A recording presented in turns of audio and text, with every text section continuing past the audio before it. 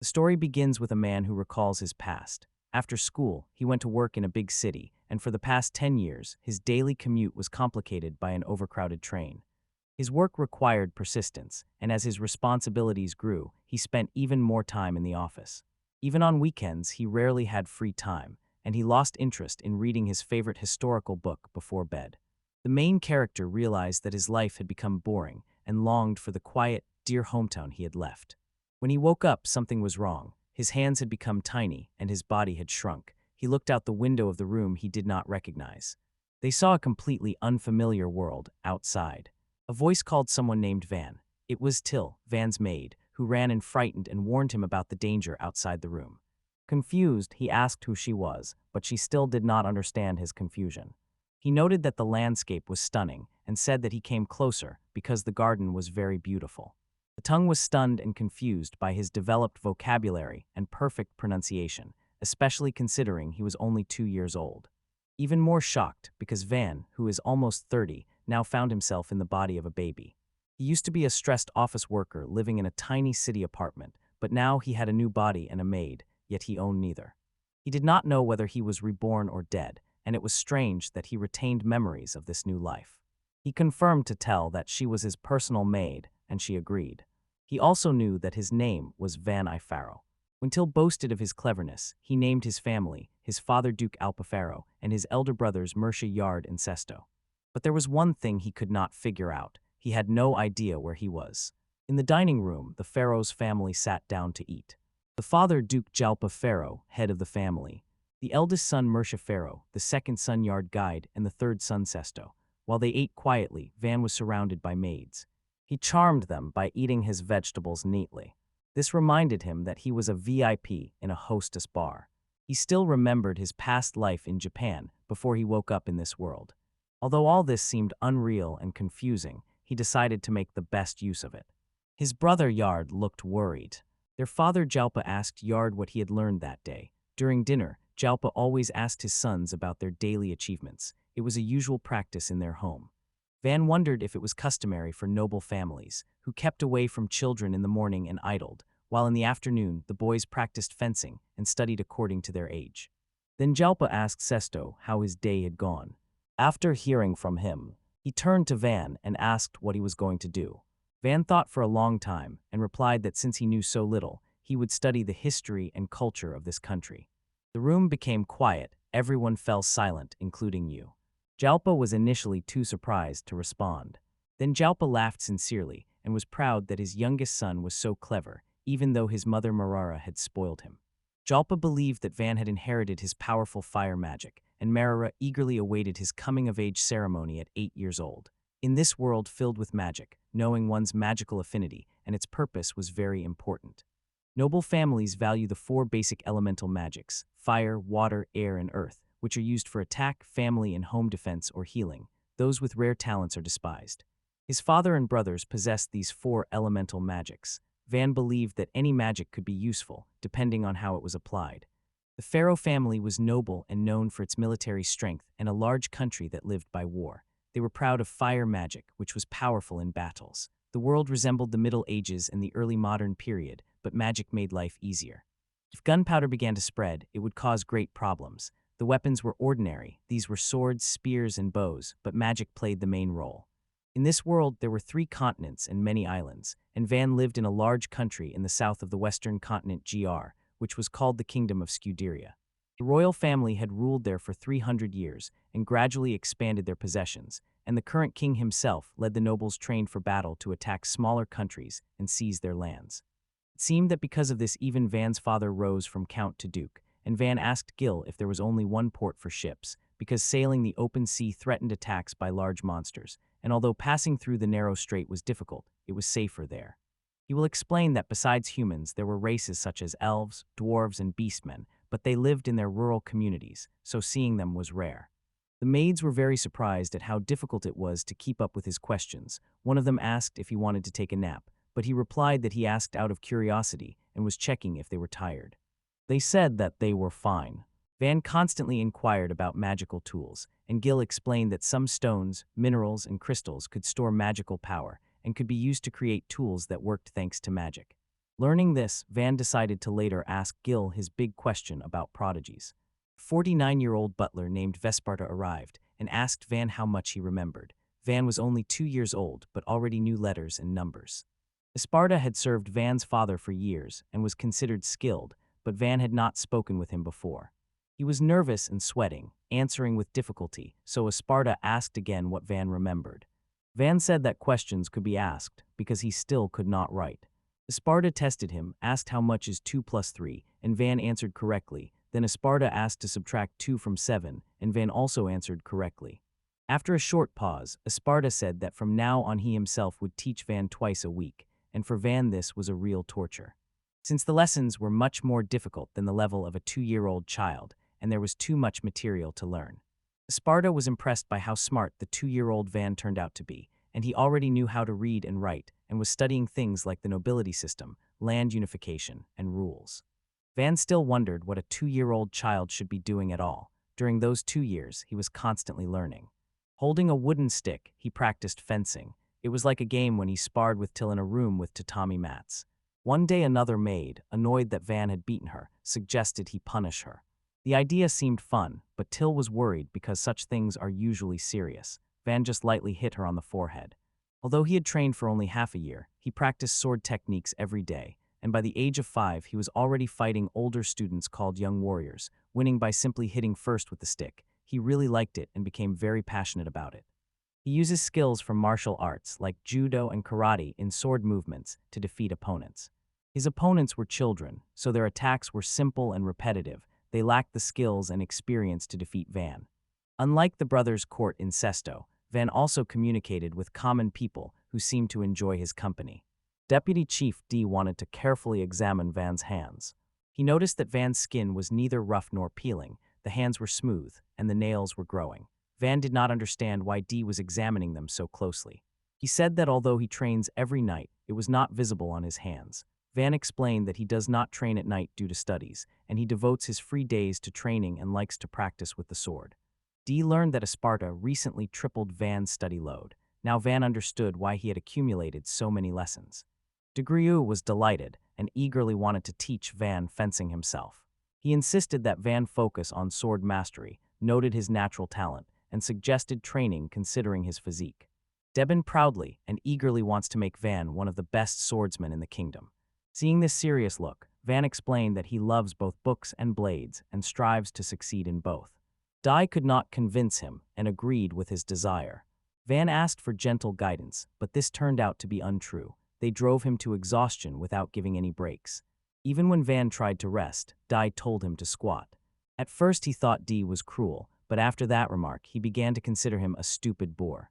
Till came and praised Van for his daily efforts, although it was difficult after resurrection. Each day brought joy he had not known in his previous life. He received what he previously lacked. Now he thrived in a great noble family. He decided to fully enjoy this wonderful life. After 3 years, he had long been called a wunderkind. Then the man swung his sword at Van, threatening again to end his carefree life. The story shifts to Van when he was 6 years old, 2 years earlier. He vividly remembered the day outside. It seemed to him that many people were buzzing in his house, and he watched as they did not age. For Van Mew, 6 years here with his memories felt almost like 30 years on Earth. In this life, he was born the 4th son of a noble family and was considered a genius. Daily swordsmanship lessons were harsh and felt like torture. Even 12-year-old child soldiers could not compare to 6-year-old Van. He mastered skills like an adult, and it was astonishing. His loyal maid said that Till wielded the sword so skillfully, as if a natural master, and that he could rival his brothers and lead and govern the family. Here the weak lost to the stronger, the strongest was to prevail, but Van's path this time was completely different. Wealth, title, respect, and power went to the head of the family. So when his more talented brothers and sisters surpassed him, he considered assassination attempts a common occurrence in noble circles for faster advancement. Fortunately, Van was not close to his brothers. He thought they would kill him without hesitation. Simply, whether he sought leadership or not, if he stood out too much, it could cost him his life. At such a pace, a peaceful life was unattainable. Till suggested playing outside, and he stopped being a wunderkind, becoming just a child. He decided to behave carefully and start. At first they went shopping, then visited the Murray Company, a large firm with stores throughout the kingdom. He talked so long that it reminded him of the scales at Costco. Suddenly a man approached, dragging a boy with tied hands and shouting at him. The child was in torn clothes, and Van did not understand what had happened. The man holding the rope told the spectators that this was not a performance. He claimed full rights to the son, explaining that due to debt, the boy was forced to be sold into slavery. In this world, slavery laws allowed only two types of slaves, those doomed to death and punished for crimes, but previously poor families sold hungry children into slavery to cover living expenses. The father explained that he used his son to pay off debts, turning him into a debt slave. Van understood why he could not look away or say a word, though the spectacle was terrible. Here slavery was considered a normal matter. For him it was a rotten system, but people hardly paid attention to it. A woman noticed Van and asked if he was the king's son, a famous wunderkind. She introduced herself as Rosalie, thanked him for the visit, confirmed that he was the same Van they talked about, and greeted him. She suggested keeping him company and bringing everything he desired. Van asked how much an enslaved boy costs. Rosalia guessed he was about 8 years old and asked the father about his magic. The father said it was theft. She valued him at a maximum of 3 large silver coins. The father sharply insisted that slaves buy things in shops for 5 silver coins or more, saying they last long and therefore should cost more. Rosalia said that shops buy them for less than half the selling price. This boy was given only 3 coins because less intelligent men, considering maintenance costs, were less useful than women. When the father got angry, Van intervened and asked him to calm down, and if the son really was a relative, to treat him kindly. The father told Van to keep quiet and mind his own business. Rosalia, irritated, called the father a fool and said the boy should not be bought because she doubted he would sell him even if he lied to his son. The father said everyone had deceived him and he still would not sell to her, dragging his son to another shop. The boy with pain on his lips when Van suddenly stopped them and offered 5 silver coins to buy him. He remained calm, feeling that the child might die if he did not intervene. The father demanded money, but Till said that she only had gold coins. Supposedly, he told her to exchange them inside and promised to figure it out. Rosalie untied the father while Van was talking to the boy, asking if he was okay and if he could stand up. He introduced himself as Van and learned that the boy's name was Cayman. Van said that he could not go anywhere. Till wondered if Van had bought him as a slave, but Van just wanted to save him. Till was worried because of Father Microtalia, and Van thought it was risky to leave Cayman alone on the road. Besides, Cayman knew little, and Van could not abandon him. He asked Cayman if he had anywhere to go, and after a short pause, Cayman asked to join Van's home, offering help with the household. Another boy warned Van that the king would not let a stranger child into the mansion unless he was made a slave. Van asked Cayman if he agreed to this. Cayman nodded yes. Van suggested first picking out clothes because he wanted them to look stylish together from now on. Rosalie noticed that first a contract for killing was needed. She took Cayman by the hand, and a mark appeared on his hand. The signing of the sled contract is unique for the sleeves until it is cancelled. As a contracted illusionist, she freed Vans from the fee for the first visit. Then they thanked her, which surprised Rosalie, unaccustomed to noble gratitude. She cautiously led them further. Rosalie first asked Vina if he wanted to pick out clothes for Cayman, and Vina took his hand and asked to join in buying several outfits. He was a little shocked by the request. They went to the store where Van led him to a pleasant department. Van chose one side and did not expect that the clothes would feel strange. But Rosalie explained that they were made of quality fabric, then showed other clothes that slaves usually wore. Van quickly said that he was perceived incorrectly and that the chosen outfit suited Cayman well, then added that he would buy more underwear and shoes. Rosalia appreciated this and noted that there were wonderful shoes for the outfit. Van remembered that day and realized it was his first outing. When he bought a slave and thought that now everything would be fine. Then Van came up and said that Deputy Commander D was looking for him. Van gave him a cookie and asked him to say that he was not here. Cayman suspected that the commander might already know, but still ate the cookie. Then Van noticed that Cayman was not wearing gloves. Cayman said they were not needed. Van wondered if he was bothered that people were looking at his hands. Can replied that it was a sign of their connection and should be visible, but Van disagreed and said it should not be shown like that. And he bought gloves for him. Cayman immediately put them on and promised Van Hyde to wear them because he gave them. Cayman turned to the Deputy Commander D and said that Van seemed not to have been there. The commander was shocked because witnesses saw Van entering the room earlier. Cayman suggested that it could only be an illusion due to his strong attachment to Van. Then the Deputy Commander D shouted, asking why Cameron still had food in his mouth. There was no food left. He accused Cayman of disobeying the orders of the deputy commander of the soldiers and called it brave. Cayman said he belonged to Van as his slave. The deputy commander repeated himself, said that Cayman had become braver and ordered him to take Van's place, added that the commander would train him and he should be proud of it. Van overheard and felt sorry for Cayman. He noticed that Cayman tended to loaf around, thought there was probably some benefit in lowering himself from the level of a genius to an ordinary guy, decided that if Cayman quit, he would replace him, and watched as Cayman and Deputy Commander Dai walked away. In the next chapter, people talked about Van's 8th birthday. The time for his magical ability evaluation ceremony had come, and everyone was excited because he had outstanding talent. In the Sons of the Pharaonic family, magic was associated with the 4 elements, particularly fire and wind, so they were confident that Van fit fire magic too. At the ceremony in Vana, there was no elemental magic. Instead, there was creation magic. Those who had this power called alchemy were considered the biggest failures among mages because they gathered materials like iron and copper, imagined the object in their mind, and created swords or jewelry, which greatly exhausted magical energy and limited what could be done. Spending so much magic on creating weapons and trinkets could be done by others, and inventors and blacksmiths did not need magic for this. Vanu was not threatened by gangs or family disputes. He had been lowering his status for 2 years, and his low rank could not change his type of magic. Nobles value the 4 elements, fire, water, wind, and earth, and in the pharaoh's family, people with strong fire or healing magic were especially valued. The eldest son Myra had wind magic, worked harder than anyone, and fulfilled the duties of deputy head of the family, but despite this, the second and third sons with fire magic treated him condescendingly. Among the nobility, magic was highly valued. Jalpa, Van's father, could not believe that his child turned out to be a user of creation magic, because both he and his wife had powerful fire magic. Van's mother, despite strong magic, weakened and died after his birth, so Jalpa placed great hopes on him.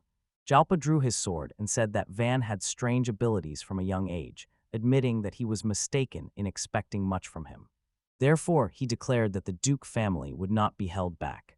He wanted to hide this and said that to do so, Van would have to be killed. Van Froos did not know how to react, but Myra, the eldest son, stepped in to protect Van, and when Yard asked what was happening, Myra explained that he controlled the untouched part of the Duke's land, including a remote village in that area. He proposed to give that territory to Van.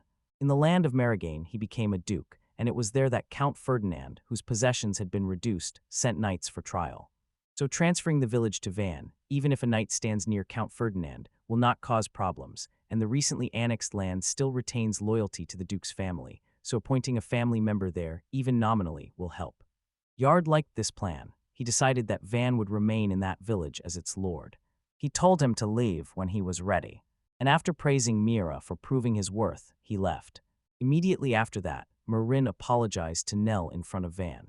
It hurt him to see his younger brother struggling with creation magic, because their father and brothers always treated him badly because of his victory magic, and he wouldn't have minded if Fant was offended by such a harsh proposal.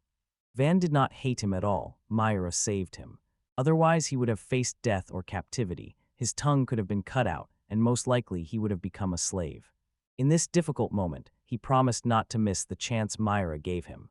Mira was constantly amazed by Van's sharp mind and often wondered where he learned such impressive words. He believed that Van understood things more deeply than he did. From the very beginning, Esparta loved to talk about Van's successes and progress. The Duke's family decided to send Van to a remote place, and it was expected to be a difficult task. Still, Van was ready to make every effort. Mara said he had no objections if it would help Van. They firmly shook hands, and Van thanked his brother. Till returned home angry and insisted that even without magic Van was a smart and respected nobleman. She thought sending him to a distant village was pointless, but being a feudal lord was attractive, and by order to remain silent, Van relied on her support and admitted that he longed for a new life in the village, an amazing story. Van realized that, recalling the gap between ordinary life and noble rules, he could now call himself free. Accepting the feudal duties of a lord in a small village would probably give him a lot of free time and make him think about how to use it. Remembering the pain of being abandoned by his father and brothers, he decided to make the village a happy place where one could live well and rejoice. In the next chapter, noble spews say pompous words to fuel their pride, but in reality they care only about their own survival, not the kingdom, even if it means neglecting the safety of their people. Simply put, nobles often despise common people, especially adventurers. In this chapter, the group discusses their task to protect the noble's child.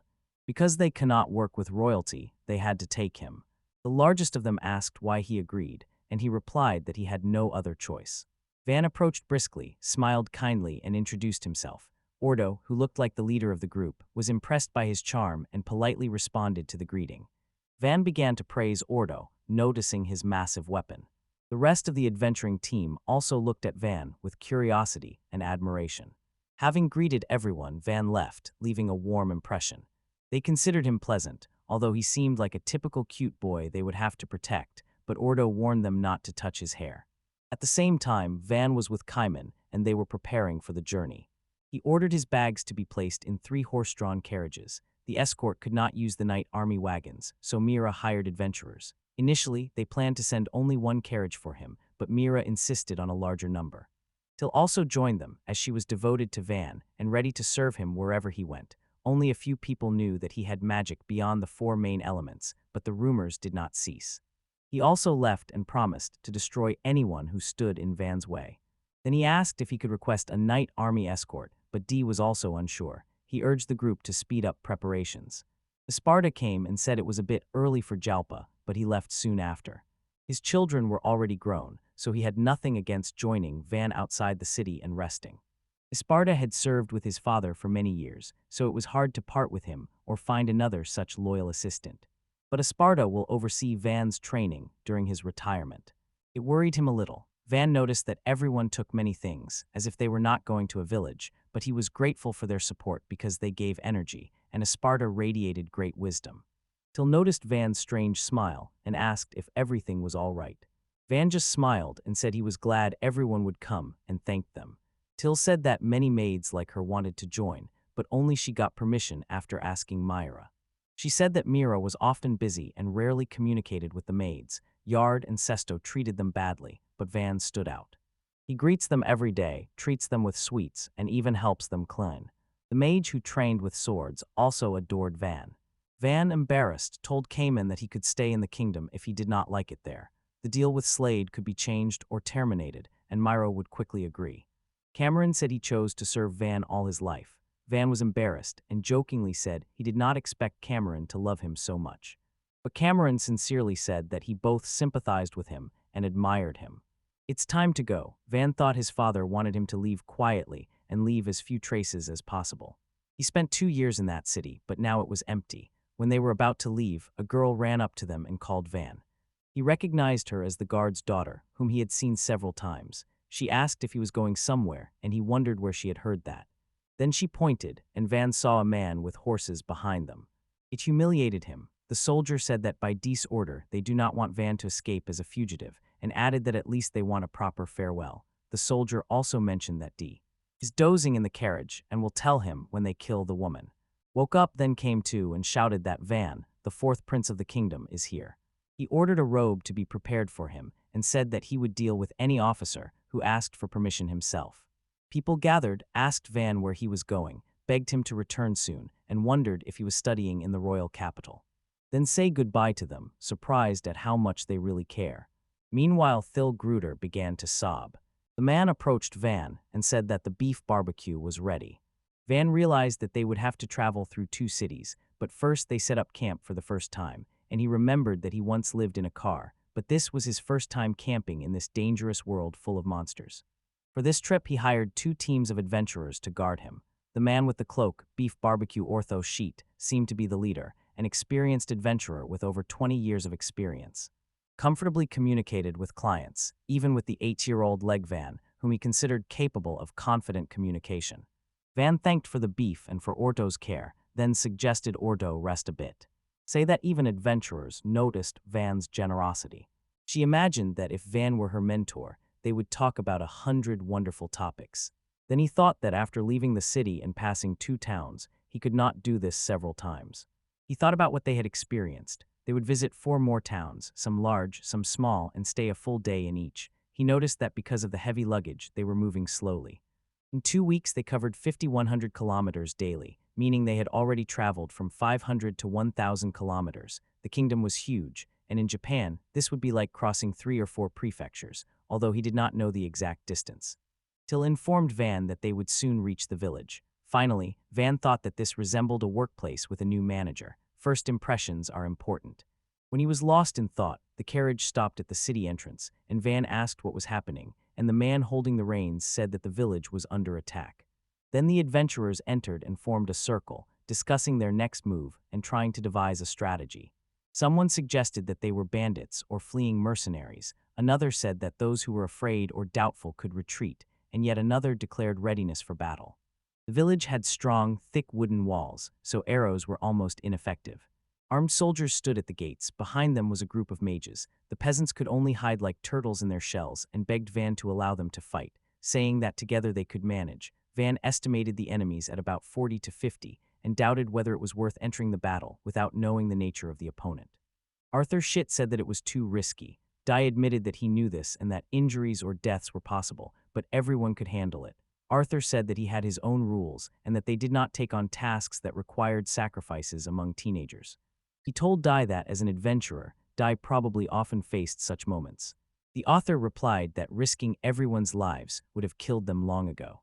To ask the group if anyone was ready to risk their life, he said that the village, along with the people, now belonged to his lord as the first possession. In the crisis, he could not hold back and drew his sword. Ordo told Dai that he was a good knight, but this did not concern them. He said that even extra pay would not matter if he died. He added that at least he liked guarding Van. He said they could accompany them, depending on the circumstances. The bard rejected this, but the same D would gladly die for others. He said that D could handle more than 30 enemies, including mages, and called it an even fight, also saying that if D falls now, no one will lead the village and they will not fight, even if he dies first. As noted, he was still a mage of the 4 elements. He said that the open space would reveal their combat power. Ordo was shocked that he could fight, and within this, he told everyone that they did not need to take risks. He raised a barrier wall from where the adventurers fought from afar, and when the enemies looked that way, it was his tactic, and repeated unexpected attacks increased their chances of victory. Ordo doubted that magical attacks could be repelled, and thought that only an arrow could stop them. Van explained that one map had iron reinforcements in key places, so it was safe to jump in and retreat after the first sudden strike. He said their main task was initially to confuse the enemy. He asked if Esparta would stay behind and oppose them. Esparta agreed, saying that as bait he would fight from behind the wall or D, and the others would die. Van did not approve of Sparta's words because he felt they foretold inevitable trouble. Sparta finally said that he and the elderly man would be more useful. Ask Van to allow him to take the risk instead of Van being the bait. Everyone started looking at Van to hear his decision. Till stepped forward, stood between Van and the enemies, and refused, saying she would not agree to this and completely rejected the idea, adding that if Van had to be the bait, she would rather go to the enemies herself because she was confident that if they targeted her, she would win. Cayman added that he also joined. Van again told everyone to listen carefully. Then he claimed that he was the leader there. He said he would think about this option when Orto and the team took him to the village, but that did not mean he would fight to save it, and told Esparta, who had left service in the noble house, that he had already done a lot for Van's family and should not die there. He said that D and the Nike teams served his father, not him, and that he should apologize to his father if they were harmed. He looked at Till and said he considered her an older sister who had been with him more than anyone else, and he could not come to terms with losing such a dear person. Then he turned to Cayman and said he appreciated his honesty, but although Cayman was his slave, he did not have to die for him. Then he added that he was glad Cayman was enjoying life. He thought that for someone like him, exiled from a noble family and considered useless, it was strange and pleasant that people decided to follow him. Therefore, he could not allow them to die while he only gave orders and did nothing. He would never become such a bad leader. As a responsible one, he had to be at the forefront and sincerely apologize to them. Van spoke and said that he himself would take the cart and push it forward first. He asked everyone to attack from both sides and emphasized that long-range strikes were important here. He said that if the enemy does not retreat, they may flee and leave his body. He noted that even if the bandits killed him while his identity remained hidden, he did not care. Now Orto was ready to take risks. Van called Orto a child and said that he claimed to risk his life out of duty, or warned Van that such talks would make him reprimand the whole group. Pauline admitted that she had previously been deceived by nobles and that she had only met braggarts, but Van named them individually. That is why they risked their lives, she said, and everyone agreed. Meanwhile, Van thought he remembered Pyle's name because she was sweet. They called those knights proud for the pharaoh's family, dedicated to Wanu, who was to determine the pharaoh's future, and he promised there to protect Wanu and ensure the pharaoh's future. The Spartist said that after the exile he hopes Van will remember his noble duties and obligations. He told Vanu that everything would be ready in 3 days. Fergan felt that it was dragging on endlessly and said that he had fixed the spot and implemented his plan, first building a barrier and then hitting from afar. D and his knights will attack from the left, and Ortho and his team will attack from the right. Those who are not fighting will remain on standby if needed. She shouted understood, and everyone began to execute the plan. When the wall was built, Dai with the knights and Orda with his team moved forward, and Orda thought that the old butler was more likely a mage, because he fought well as a mage of the 4 elements and was not just a servant, but he assumed that in some cases it could be otherwise. Ordo said that refusing to obey the young lord's order then could have cost him his life, and agreed that he was too valuable to die so early. Orda said that if he could, he would want that guy to become a lord. He added that these 2 weeks completely changed his attitude towards the nobility. It seemed that someone like that could be found in the family. He was very interested in Van and said that he would immediately come to his aid if problems arose, although Ortha still knew little about Van. The lord of a small village, who found it hard to retreat because of all the troubles, risked his life out of a sense of duty, although he was brought to this place, and defended not only the land and inhabitants, but also knights, retired butlers, maids, and slaves, because adventurers made such plans to protect everyone without losses. And even an 8-year-old like Van would risk his life only for himself. For Ordo, Van was truly a strange boy, and when Van returned, Cayman immediately hugged him, thanking God for the relief. Ken thought that if Van found himself in danger, he would first protect him, and then follow him wherever he went. Van considered them his real family, told them that they were in battle, and asked them to act if they could help. He ordered them to bring medicine and first aid kits from the cart. Paul said he would intervene if it became dangerous, and nothing more. And they shouted, "Roger," before rushing back into battle. The bandit screw relaxes. The surrounding villages and towns were falling. The attack on this small village was almost complete, and while the bandits were deciding what to do next, an arrow from behind the wall hit one of them. Ordo and D struck simultaneously, and Ordo was impressed by D's skill. Easily wielding a great sword, he showed why he was the deputy knight commander of the pharaoh family. The enemies were already panicking. They began to flee, and Ordo pursued them until he noticed one walking towards them. He shouted to stop him, but the team of shooters could not see beyond the wall. He shouted that the enemy was approaching, but it was a bit too late. The poor face a huge enemy. She needed magic, but it was recharging for 10 seconds, so she didn't make it in time. She thought death was inevitable, but Venom came and hurried to help her. She warned them that this was not for children, but they ignored her and attacked. After relentless blows, the enemy fell. Van warned Warren that other enemies might attack there, ordered them to guard the front, and Paul wondered about this boy.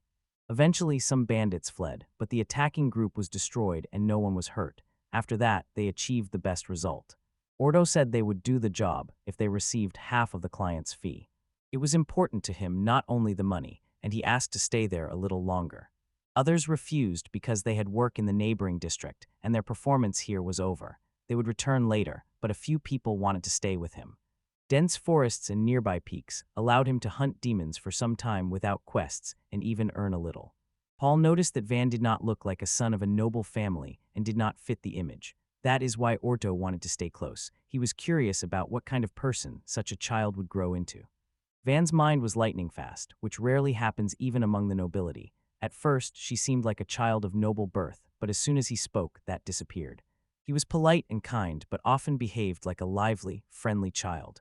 Orto admitted he had never met such a nobleman, and the team nodded in agreement. They remembered how before the battle Van said that his magic was not suitable for combat. In short, at that time he was ready to give his life for everyone, a choice no noble would make. Paul noticed that Van intervened and saved her when she was trapped. His actions were not childish. They resembled seasonal nights full of battles. But this boy was not yet 10 years old. He was a mystery and outshone any nobleman they met. Orda wanted to know how the land would live with Van, his master, so he asked his team if they also wanted to see it. And everyone agreed, till annoyed Vanu, insisting that next time Cameron be the leader. Cannon was thinking about how to become even stronger. Pulse came up and apologized for interrupting. She teased that Van at his age already makes girls cry, but Van replied that he strives to be sincere with her because she is important to him. Paul wondered if he was an elf, because their children do not age as they appear.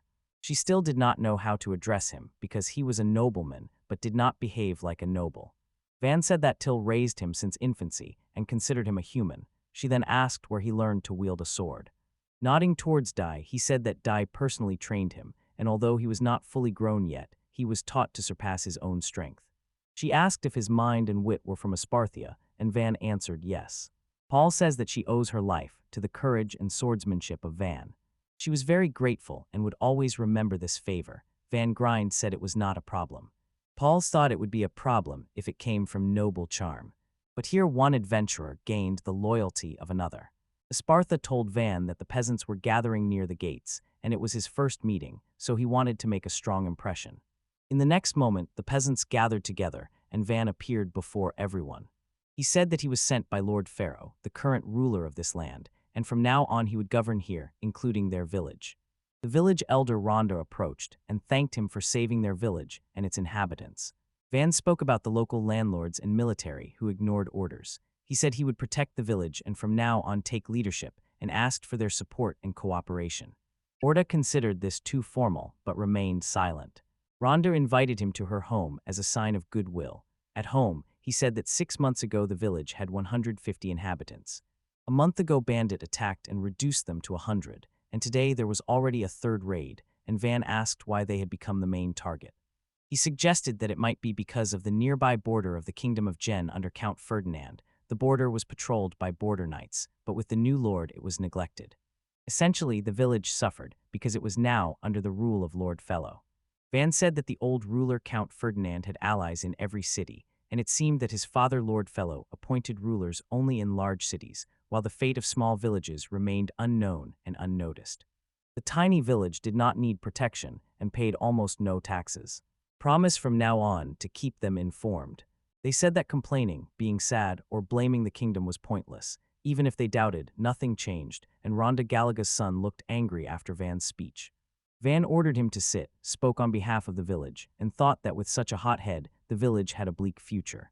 Van noticed that King Berlin, the founder of the kingdom, might have left a legal loophole. After his words, silence lingered. Spartak cleared his throat to prompt him to speak. Van was a little nervous, but remained determined to lead this village. He said that complaints about the kingdom's laws and their consequences would change nothing because they were in effect in this village. Then described 3 clear steps. First, they will create something valuable that the kingdom cannot ignore. Second, they will earn money and often hire mercenaries. Third, they will restore and develop the village themselves. One woman said that they had thought about this too, but in such a remote place nothing was simple. Selling wood or stone was not profitable, and due to lack of education, it was hard for them to make other, more valuable products. Therefore, it would be difficult for them to earn money. Van acknowledged their difficulties, but said that now he was here, educated, and would do everything to protect and improve the village. The response was not what he hoped for, so he sharply intervened and explained that when he was only 8, he was given land to manage. Many considered him a talented guy because of this, and Dai added that their leader knight came to serve them faithfully and wanted to join their group. Now the peasants were moved and impressed by their words and asked if Van had the 4 elements. But he stopped them and said that he did not have such skills, so it was not worth counting on his combat abilities. Their main task was to strengthen the walls to keep invaders out. The fence was strong but wooden and easily caught fire.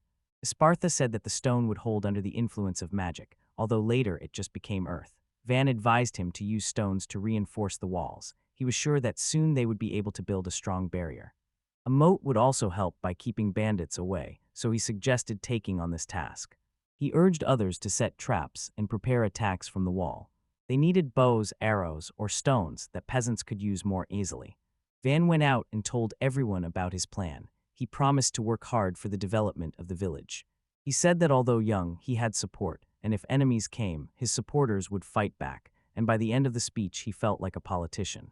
The man had a question, asked about taxes, and noted that they paid 30% from the harvest and from the skins and teeth of monsters. Then he lowered the rate to 10% and offered to cover any shortfall himself.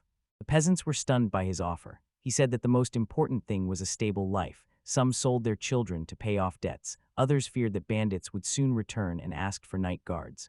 He said the message would arrive in 2 weeks, meaning help would be too late, and no one would come anyway because of the distance, and the peasants were angry that they had been abandoned. Van understood their irritation, but said that the Marquis currently had no money for knights to guard such a large territory, and even if the knights agreed, there would be too few of them. 200 men were needed. He asked us to build a stone wall behind the wooden fence, and did it without hesitation. The peasants were surprised. He said they needed help now more than ever. If they helped, the village would survive. There was a lack of housing, so they spent nights in a wagon. Rhonda offered his house, but they still could not evict him. He never worried that he only had magic for production. The stain from their blade, which emphasized his lack of combat power, remained. He tried to convince them, but they remained unyielding. He had to earn their trust for the success of the village and a happy life. He promised himself to protect the village and make it a wonderful place to live. In the next chapter, Van, Esparta, and Rhonda were talking. Van said that if the enemy does not attack, they can strike first from the walls with magical bows and arrows. Esparta replied that an attack from the low wall would do little. Rhonda said that once they defended themselves with spears through openings in the forest fortress, you respond that the enemies are now in a similar position, so they can be stabbed again with spears. Ven remembered the word catapult. Rhonda did not know what it meant, but Spartak explained that it is a siege weapon, not suitable for their defense. He told Rhonda throws huge stones, although they fall unpredictably, and reloading takes time, but she can smash the fortress walls and watchtowers because these are large targets. Throwing a box of small stones will extend the range, aiming at the gates will increase the force of the strikes, and they also suggested adding bottles of oil and a torch to set the ground on fire and make the attack even stronger. Interested, Esparta asked who invented this device. It turned out to be Van, although they doubted his producing abilities. Then he himself did not quite understand it. During trips outside the city, he freely practiced working with stone, wood, and metal, and now he demonstrates his skills. After a moment, Van asked Orto if they could take the village, because the opponents had fled. Orto agreed and said he would stay a little to earn some money by hunting legendary beasts. He stops, feeling that monsters are nearby. He missed Venom, it could have been risky, so he advised him to rest under the trees nearby. Ven admired how Orto could notice and destroy hidden enemies while wandering. Despite his talent, he couldn't level up. Kin noticed a huge tree, but Van said it was too big to cut down. He pointed to another, but it was also too big. Van tested his strength. He couldn't clearly imagine the shape, so when he used magic, the result was strange and weak. Creation magic was not easy to use. Focusing on a small part, he thought he could shape it to his liking, and a warm feeling spread in his stomach and reached his fingertips. The image had to be small and precise. He had to imagine even the fibers of the tree, and if he did that, they would intertwine and bond firmly. He realized he succeeded when the fibers tore and merged. They turned into a wooden queue. It looked like wood, but it was made of plastic that resembled a sponge. The fibrous block turned out to be very strong. It was stronger than processed wood, so they planned to make many products from these blocks. They will finish them later when they go to the bus. Poole approached first and asked if he had gathered firewood. It turned out to be lighter and stronger than he expected, and it didn't break, so Van insisted that he test its strength by trying to break it. Orta struck the block again and again, but no rupture appeared. Van wondered which was stronger, stone or this wood, and was pleased to have found such a practical thing. Approaching the carriage, he realized that his magical energy was completely depleted. Most importantly, he heard that magic had become difficult after the fall of the rules, but his creations still impressed with their craftsmanship. Van still did not understand how magic worked, so he needed to fully imagine the weapon, its metal, sharp edges, and shape. He made a sword and handed it to Cayman. He was such a weirdo that he swore it would become a family treasure. He also forged an axe for Till and, seeing her expression, thought that she might not like this weapon. He fell because he had worked a long time to make the axe strong and scratch-resistant. Till assured him that she adored axes, even hugging him. Van seemed to believe it and was glad she liked it, but deep down he knew it was not so, and promised to make jewelry for her himself next time, and also wondered if additional magic would increase its power. He came up with an unusual way to apply it, and in a moment Orta praised Esparta's magical skills, saying that he was a good mage alongside Van, and this flattered Van a little. He felt equal to Esparta, while Paul considered Esparta strange because such mages usually join the army or become leading adventurers. Van was simply grateful that Sparta stayed with him, although he was approaching retirement, and cared about Sparta's future just as much as his own past, hoping that he would spend his later years well because he thought warmly of him. When Sparta approached and told them that he was growing up, as a lord he would have to take on the duties of the title, Van quickly got nervous and said that the village's defense needed to be strengthened, promised to reinforce the gates, and when Sparta pulled him, he stopped and asked how Van planned to do it. They approached and suggested stacking stones. He muttered that everyone here seemed to understand nothing, and then explained that he used magic for this. Dee realized the mistake and said that he respected Van. They tried to explain to Van that he would not succeed with just magic. The gate was wooden, so he shaped it like his usual wooden blocks. He was most concerned about the weight. The weight decided whether they could stop the enemies. That was their limit now. Therefore, the next step would be to make heavy metal gates. Then he focused and created huge gates that impressed everyone. He told Ordo to cut it with a sword, insisting that it had healed itself and wanted to test its strength. Ordo swung with full force.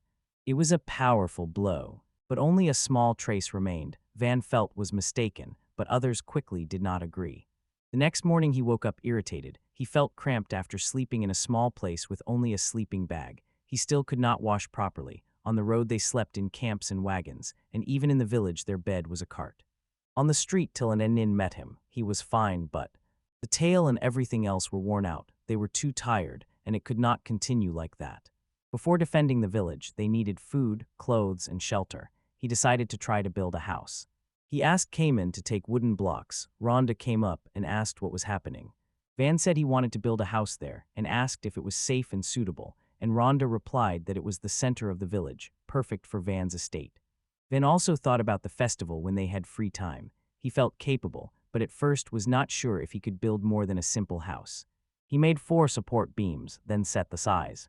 He imagined it as wire on the ground, better to have thicker posts, then he needed floors and walls before adding the roof. He imagined it, but now it seemed much bigger. Next came the interior walls. He used all the blocks and finished the house. It had a kitchen, a toilet, 1 large bedroom, a smaller one, and 2 very small rooms. He had to use them, otherwise Sparta would get angry. He added window shutters. He needed to ask the traders about sand for the court. The house was ready and quite spacious, although Sparta did not consider it large. He considered it a bit small, but it was the most magnificent house in those parts, and it didn't even look wooden, and everyone marveled at Van's skill. His magic was impressive, but he still believed that strong combat magic surpassed it, because peasants should see their lord as a sturdy shield. Till claimed that she would prefer Van's city rather than the possessions of Jelpa, and Spart agreed that in war battles are important, but in peacetime people want a leader who will improve their lives. And he could not imagine anyone better than Van for this. The group arrived, and especially Dee was stunned. He could not understand how Van crafted the house so quickly with magic. Then he said that if there were more wood, he could build homes for everyone. Dee ordered his team to bring food on carts if needed. Van had never seen such fast work before. Even Orda was happy about the house and offered to chop wood. He urged on. No one wanted the knights to surpass them. Van was surprised because Orda lived in the village and did not need such a place. Soon Rhonda gathered the peasants and said that the wagon can build houses. People began complaining to Van about their housing problems. As he feared, it was not limited to one house, and he regretted telling Dai. But their neglected houses were noticeable. He finally agreed and told them to line up for new housing. If his magic could cheer them up, he had to do it. Espa and the peasants were working on the barricades. He, Mr. Orr, and a few others were chopping wood. Van took Till and Kamen to build houses. He was used to his ability to manage such projects well. He also wanted to design the interiors himself, because it seemed like following someone else's orders. It upset him because he remembered the days of corporate slavery, but once he started, he couldn't stop. Dee was still impressed by Van's large reserves of magic, because building such a luxurious estate really required skill. The houses formed 4 groups. The streets and alleys were arranged in a grid. This style was called a block.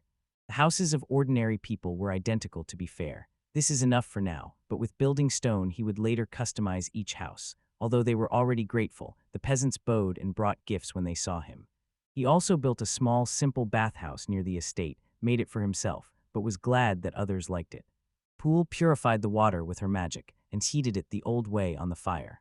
Pool has not yet invited Van to bathe with them, but he was confused and became shy. They saw him as an 8-year-old, but in his thoughts he was in his 20s. He washed himself, then went to his empty room, where the sleeping bags looked sad. He quickly made beds for everyone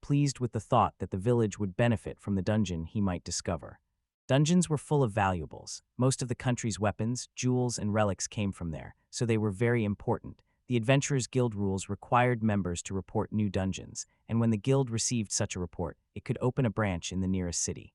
Finding a new dungeon was a great victory for an adventurer. It was a reliable way to gain reputation. One could even join the ranks of the best adventurers and get the first chance to explore it. Then they said that now, if the village reported a dungeon, they probably would not be able to cover the guild's expenses.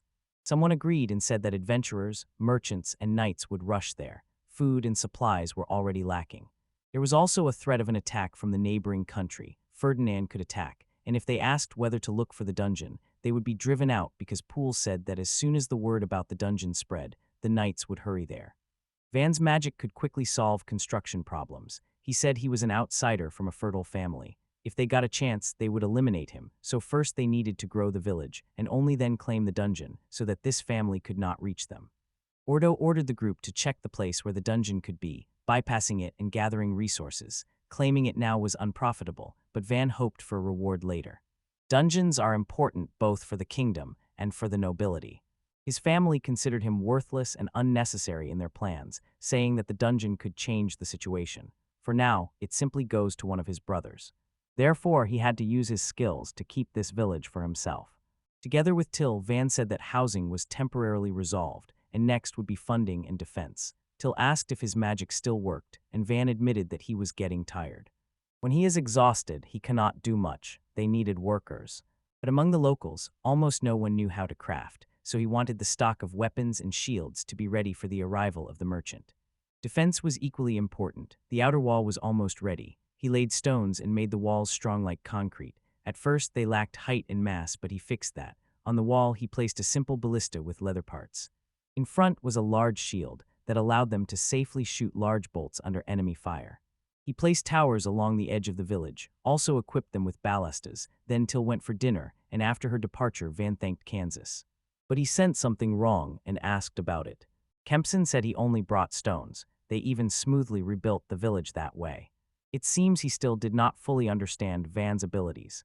Van, as a lord, said that his duty was to help the village. He asked if Kempson had any dreams. Kempson is going to guard the wagon. Van valued his dedication, but gently asked not to push too hard. Van recognized Kempson's honesty and deep devotion to him. He decided to make armor for him next time. His favorite knight deserved the best equipment to be safe in difficult situations. He worked hard for 3 days. Return. He thought it was the perfect place, but wondered where else such a protected village could be found. It no longer seemed like a village to me, rather it was a compact fortress, and now the bandits had no chance to sneak past those walls. He wondered what would happen if Jalpa saw the power of Master Van. He realized that for the family, combat skills were above all. Arguing was pointless, but he considered it quite possible to use Venz's talents in battle, and over time he would surpass everyone. Their dispute escalated, so Van intervened and said that it was not worth regretting the past or the gifts one was born with. It was important to adapt and thrive with what fate had given, and he added a few proverbs he had heard. It seems they liked it. He stopped giggling and nodded at Van's words. With atmospheric lighting, it was time to get to work. The ditches had just been dug but were still dry. The ditch provided good protection. It even looked nice. He did not think that drinking water should be neglected. The base and sides of the trenches needed to be reinforced. It was necessary to lay a path for water supply. Now they took water from the river or filtered collected rainwater, while he considered a more reliable water source. A sound came from behind. Bandits had arrived. They were approaching from the other side. Van ordered to raise the bridge and close the gates. He asked if anyone else was outside and sent someone to check. Just stay inside. They willingly followed his orders, although the fight still scared them. It reminded him of the last clash. He was also a little afraid, but as a lord, he could not show it. He acknowledged their fears and said that someone might get hurt. But this fight was important for the future of the village, so he took a stand and said he could not do it alone, so he asked them to help. Vance's inspiring speech worked, and they are no longer afraid. Van began giving orders, but before leaving. Before she grabbed him, seeing her tearful eyes, he said to him. He told Dee to take his team and scout the enemy's movements. Dai, confident in himself, said that Van could count on him. He was called a brilliant leader and genius, the best, even when the odds were against him or he found himself in a dead end. Dai was sure that Van would win. He was proud to have surpassed Commander Straddle and now served Van. He trusted him and was ready to give his life for him. Duchek looked around the place. His man reported that now it was visible who was there, probably bandits, and he saw that they were heading their way and told them. Van, he added that they were a few hundred yards away. They needed to prepare for defense, and Van asked if anyone was pursuing them, what could have happened. When they hesitated, someone noticed a tail. Armored dragons were rushing at them. Lipgrim's things, even experienced knights, struggle hard against armored dragons. In this village, there was a lack of experienced fighters. It seemed the dragons were leading the bandits straight at them, and ordinary weapons could not pierce their armor. His magic worked, but now the only mages capable of fighting were Spada and the adventurer's daughter. The adventurers went for supplies themselves. Without a mage, the strong knight could at least delay the dragon a little and strike its vulnerable spots, but the villagers were incapable of this and could not withstand blows from the tail and claws. Then he ordered everyone to take their positions at the ballistae and keep bolts at hand. They also asked them to follow Van's instructions. The villagers fled from the dragons, calling for help.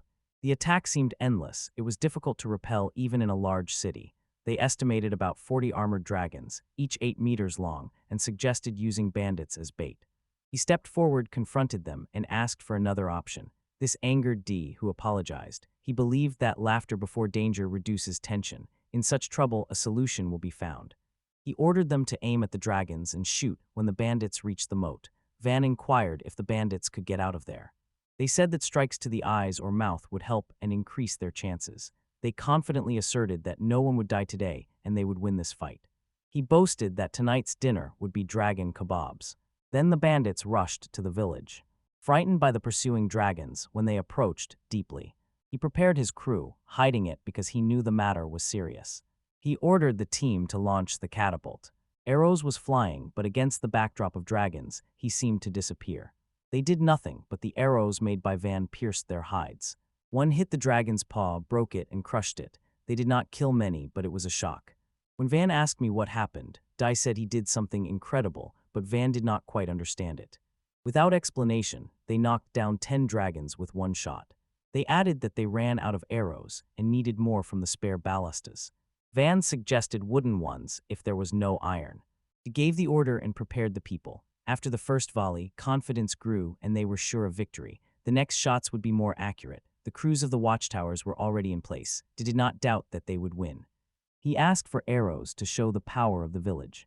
Reagan roared from the pain that echoed everywhere. Wooden arrows were less effective than iron ones, but still pierced thick scales. Detold told them to continue using wooden arrows, aim, and shoot. After several rounds, all the dragons fell and victory was achieved. Commander Straddle could not understand how it was possible to kill 40 dragons with only 60 arrows. He beamed with pride for Van. He approached Ven, who was delighted. It was the first time Ven had seen a dragon, and he was stunned, calling them dinosaurs. Delaft had no idea about this term. Desjoy suddenly rushed into action, turning the wagon and feeling victorious joy. Van saw people behind the gate, and despite this, 30 survived. They were tied up and warned to obey, or it would be worse, and the frightened bandits even offered to become slaves and asked for work. Rhonda said that these people often robbed their village. Angry villagers attacked them because of losses in their families. Just then, a swan grabbed him by the fist, not wanting him to stoop to their level. He said they would be held accountable, so we should not do the same. Returning to the bandits, he said that punishment awaited them. When reinforcements arrive, they will be taken away. For now, he instructed them to gut the dragons to get magical cores. He could not believe how incredible the past week had been, and was sure that these memories would stay with him forever. And Zara was equally impressed by the quality of the weapons.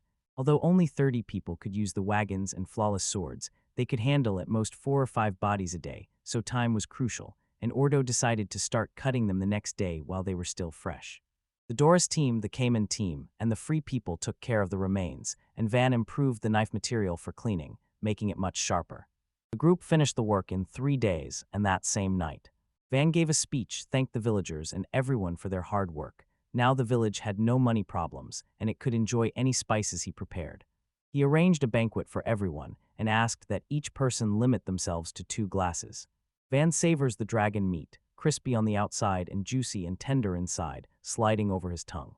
Ordo noticed that the fatty, tasty meat was protected by a strong shell, which explained why dragons were so expensive and profitable to sell, or why ballista bolts had to match the strength of the weapon.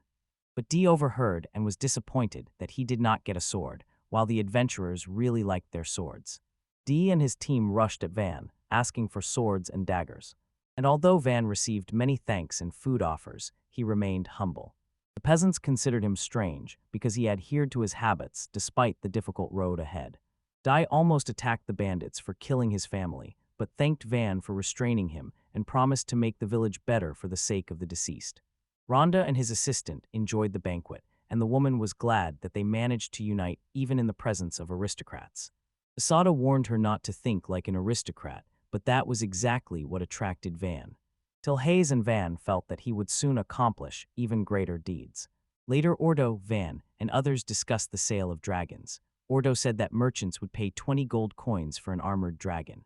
But most of the meat spoiled, so it could not be sold. After deducting transportation costs, about 8 coins remained per body. For 30 bodies, they would earn over 300 coins. Then he mentally converted this into yen, which amounted to over 300 million. Espat praised him for his defensive efforts, and Van thanked him for the protective barrier. Asada noted that despite the success, the law required villages earning over 100 gold coins to pay a 50% tax to the Marquis's treasury. Revealing the village's wealth, Hispat explained that hiding it would be difficult but possible, and left Van stunned. He had never met anyone as devoted to this show for decades as Espada, but now he was proposing a trick to deceive his father. It was not like in a dungeon. Now they will secretly bury the truth and betray his father. He still wanted peace without his son's involvement, so Van asked him to tell about his plan. He said he would inform his older brother Miri about it, giving him credit for the dragons. Knighthood did not suit him, so he called himself Hessen, and travelers found a herd in the forest, although they said it had already been exterminated. Venz's 3 older brothers competed for the role of family head, each pushing him away to gain favor. But Van wanted Mercia, his loyal supporter, to come out victorious. He decided to say that his plan was brilliant and announced it. The next morning, the villagers read Van with praise and took Till by the hand. She initially flinched, but was glad he noticed her tender feelings. Although Van behaved like an adult during bathing, he was only 8 and exercised his childhood rights. Eventually, he let go of her hand to preserve his pride, although the thought that Till might one day leave him upset him. He decided to focus on her joy. Ven began to say something about Till's future partner, but she interrupted him. She said she wanted to stay to care for him and did not consider anyone else. Near the gates, he asked the guards if they had seen anything strange. They were merchants, Mr. Bell and Lango. Van could barely make out dark silhouettes, but the guard recognized their faces. To be safe, Van ordered to prepare the bridge beams and ballast, despite the merchants' protests, who insisted they were not bandits. But Van was worried that bandits might be hiding in or around the cart, and that there was danger in the village, so he did not want to take risks and sent kin for Orto. They had many tasks, and everything depended on Orto's efficiency. Finally, the moment Van had been waiting for arrived. Meanwhile, the merchants got stuck, their cart broke down, and many goods were spoiled, and the man inside asked the coachman to calculate the expenses for repairs, lodging, and escort fees. Even reaching Hashimura, they barely made a profit. The bald merchant asked the one who was speaking if this was Hashimura. He noticed that it did not look like a village, thought they might have gotten lost, but there was no mistake. While they were consulting, Van greeted them at the gates and introduced himself as Vanni Furto, the master of the village. He demanded that the merchants name their company by name and the escort their roles and names. Hearing his name, the merchants became worried. 2 hesitated. The bald one said their base was the largest city, where they often saw Van's name. It was definitely him. The driver was impressed by Van's youth. He knew that geniuses were often outcasts, but not to the extent that the Marquis himself sent him to the border. They introduced themselves: Mary Bell, merchant, his brother Lingo, also a merchant and guard, and a traveler named Air. Van asked Ordo if he recognized them. Ordo confirmed that they had met at the Venter Guild and drank together. Van allowed them to enter the village and warmly welcomed them. Rhonda and others greeted Bella and Lengo. Bell and Lengo apologized for the long absence and said with relief that everyone was fine, and Van approached, apologized for the delay, and introduced himself again. He quickly asked if they would buy parts of the dragon's armor. Both brothers brightened up because adventurers were afraid to encounter such strong creatures, so this was a rare opportunity. Almost crying with joy, they followed Van to the warehouse.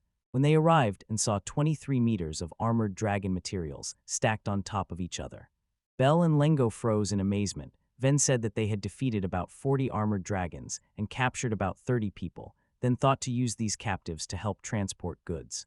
He added that their cart had been repaired.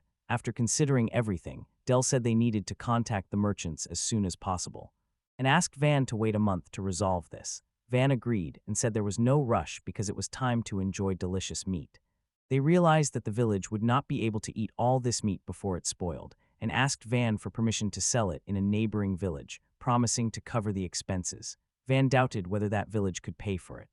Dell explained that it was a poor place, and this year after paying taxes, they probably had no money left and food was scarce. He suggested giving away some meat for free to help. The idea pleased Van, and he said he would donate it. Although Bell was a merchant, Van noticed that profit was not his main priority and impressed Bell with his sharp mind. Bell suggested paying the bandits well. Even if their profit was small, it was still income. Van thanked him and invited him to return, promising a profitable deal. As if first-class armor, they will be surprised again. He asked him to bring a blacksmith and a skilled draftsman and carpenter, then smiled sweetly. Showing how the armor heats up, he stunned them. Bell did not fully understand the pros and cons of the weapon, but as a demonstration, it was impressive. Ordo gave him dragon leather to try, which he easily cut. The guard was delighted and wanted to buy some. They were fascinated by Van's incredible offers, but admitted they could not take much. Van said it was okay, they could buy more later. When they were walking through the village, Van showed his new projects. Then treat them to delicious dragon meat.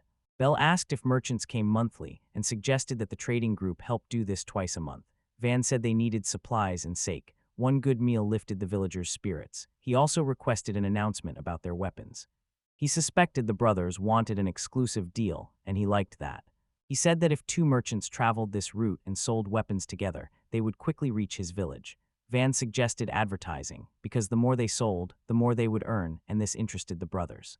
He suggested a village store. They said that if they could talk to the owner of the enterprise or any traders, it would be ideal. Bell and Lengo were happy at the thought of a steady income and their own shop, even thought about building them a house if they agreed, because the shop would allow trading with several merchants. It would be the first shop in the village and beneficial for both sides. Bell told Lengo to offer this to his boss before leaving, assuring that they would be given work in the local store until the situation improved. They shook hands and sealed a successful deal. Van also asked to send a letter to his brother Mercy, describing all his successes near the village gates. He built a store for Bell. Van was sweating and almost crying with joy, explaining that there was a store on the first floor, living rooms upstairs, and a warehouse in the basement. He followed Bell's instructions as precisely as possible. Bell trusted Van's skills, but did not expect such great strength in his hands. The goods were to be ready in 2 weeks. Meanwhile, they were finishing matters with Bell's shop, and that same day they set off from the village to the river, and after a long walk the wagon finally broke down. But he urged everyone to keep moving. K-Men went ahead and cleared the way for them. In fact, Van wanted to show his kindness and care for everyone, but it was hard for him to maintain energy because K-Men was very resilient. The trip from the village lasted an hour, and before them appeared a long, picturesque river where they collected water. After that, they began building the water supply system. Espa, using magic, dug dozens of meters in a few moments. When he was resting, D, Kin, and others dug manually, while Van went behind and reinforced the walls. Espa's magical power was impressive. They also worked tirelessly, despite approaching 40, until they noticed how difficult their task was. Although the river village was far, water was vital. The work was hard, but he liked that working together for a goal brought satisfaction. Behind the barrier reigned joy in joint efforts. Better living conditions would improve daily life and attract traders and visitors. This is how he imagined an easy life here. After 8 hours, they saw the village. They were supposed to travel for a week, but their speed was incredible. Van stopped work for today. Espa and D were shocked because a few more hours, and everything would have been finished. Van pointed to Abelu and Cayman. Virgin D noticed them. D thought it was useful training but agreed with them. The hidden power of the senior staff and veterans was frightening. The next day they reached the village by mid-morning, surprising everyone, and were ready to direct the water. Van praised their excellent work. They opened the stream, and the water flowed quietly and beautifully. Children and peasants joyfully welcomed the water that came to the village. Rhonda was glad about the saved time and effort, but still had to filter and boil the water before drinking. Liu Kame got interested in the tool and then decided to make it. Van suggested building it together with him, and Liu immediately agreed, and the filter was made from branches, leaves, sand, soil, stones, and fabric, which were placed in channels near the village so that clean water flowed into a metal container. The tap under the tank would release water into the kettle. Near the fiery magical crystal, Liu went to ask Belle if he had been watching those crystals. Ken reported that there was plenty of water there. Van was satisfied with the result, but worried about floods because the rain raised the water level. Ispa was impressed. Van noticed this and explained that they would expand the channel depending on the amount of water and build embankments where floods often occurred, although this required clever planning and the water could not go anywhere. Van needed to ensure that excess water could return to the river or form a lake behind the village. Espoil preferred returning it to the river, but said that the lake would be useful during droughts when the river water runs low, and the reservoir is indispensable. Van asked to strengthen flood protection, and Espa said that the lake behind the village, 200 meters away, would help, so they hurried to finish this important work before the rains started in 3 days. The lake is almost ready, and Van wanted to add an overflow or another similar element, but he needed to find out its practical purpose. For now, he was just a happy boy who was glad to have so much water. In a moment, Van felt anxiety and irritability. He woke up before dawn. Finding Rhonda and many others in a bustle, Dee and Ispa had already gone to Lake Van. And the name Van, whose origin he did not know, Till said that the lake was named in his honor. To preserve the memory of their efforts, the village was no longer the same. Something in it seemed wrong to him. Before they could discuss it, a frightened villager ran in and asked him to go with him. Van and Till rushed to the lake. It seemed they were taking a detour to get there. An anxious crowd had gathered in the village. Van asked what had happened. They pointed at something in the lake. A figure was looking at them from the water. In the dense forest near the river lived a legendary creature with bright blue hair. They were half human and half mermaids, known as Abelu. Van had not heard of them, so Ispa explained that they were rarely encountered and named the girl Avelu. Van asked her name. But she did not answer and looked confused. The man asked Till and Kin to bring meat and fruit. He believed that food was the first step to establishing contact. The girl approaches closer, and everyone usually stops. Having sniffed the food, she asked if she could take it. Van was so scared that he frightened her, and she ran away. He apologized and her back with meat and fruits that she ate. Having tried the dragon meat, she frowned and asked who hunted it. Ortho and the rest are indicated as Van, although it was ballast work. Hearing this, she swam away and disappeared, leaving them surprised. The next day, Till ran into Van's room and loudly shouted his name. She said that the villagers reported an attack that caused chaos. The word attack sharply woke him. While dressing, Till said that the enemy captured the water channel. Van did not think they would come so close, but was sure that the ballasters would drive them away. Due to his short, smooth haircut, he was irritable. Outside, he saw many abolises looking at him. Yesterday it was a child, and now there were adults of different ages, but they looked young. The eldest wanted to talk to Van. The anxious man called Orto and Ispa to him. Belle was also there and said that rare things Abelabrat and traders claimed that trading them was profitable, so it looked like a smart move and worth a closer look. Van allowed him to join. They approached, and the man said that his daughter thanked Van. He heard that this guy defeated a dragon, and it seemed true. Other Algelis looked surprised. They wondered if he was a powerful mage. They also noticed strong people next to him. The man praised him as a brave person. He said he approved the marriage between Van and Opro. After a short pause, he expressed his surprise, and everyone behind him froze. His head was full of questions. He did not understand who Alpura was and what marriage was about. The man Ovesta, father of Opura, asked for a wagon, but he refused. When asked where she was playing with friends. Van asked how long he had planned this marriage, and noted that she was still a child. Ovesta explained that their race was unique and had not dealt with humans before. But the dragons recently took their river and killed their relatives, so they were looking for a strong companion for Alpura who would protect them. Van understood that they needed strength for safety, like the nobility who use marriage for alliances. Van insisted that she marry the one she loves. Then they resolutely declared that they would guard Algalu without any marriage. Then Vesta said that they would stay with their son-in-law and ask the Van about this water.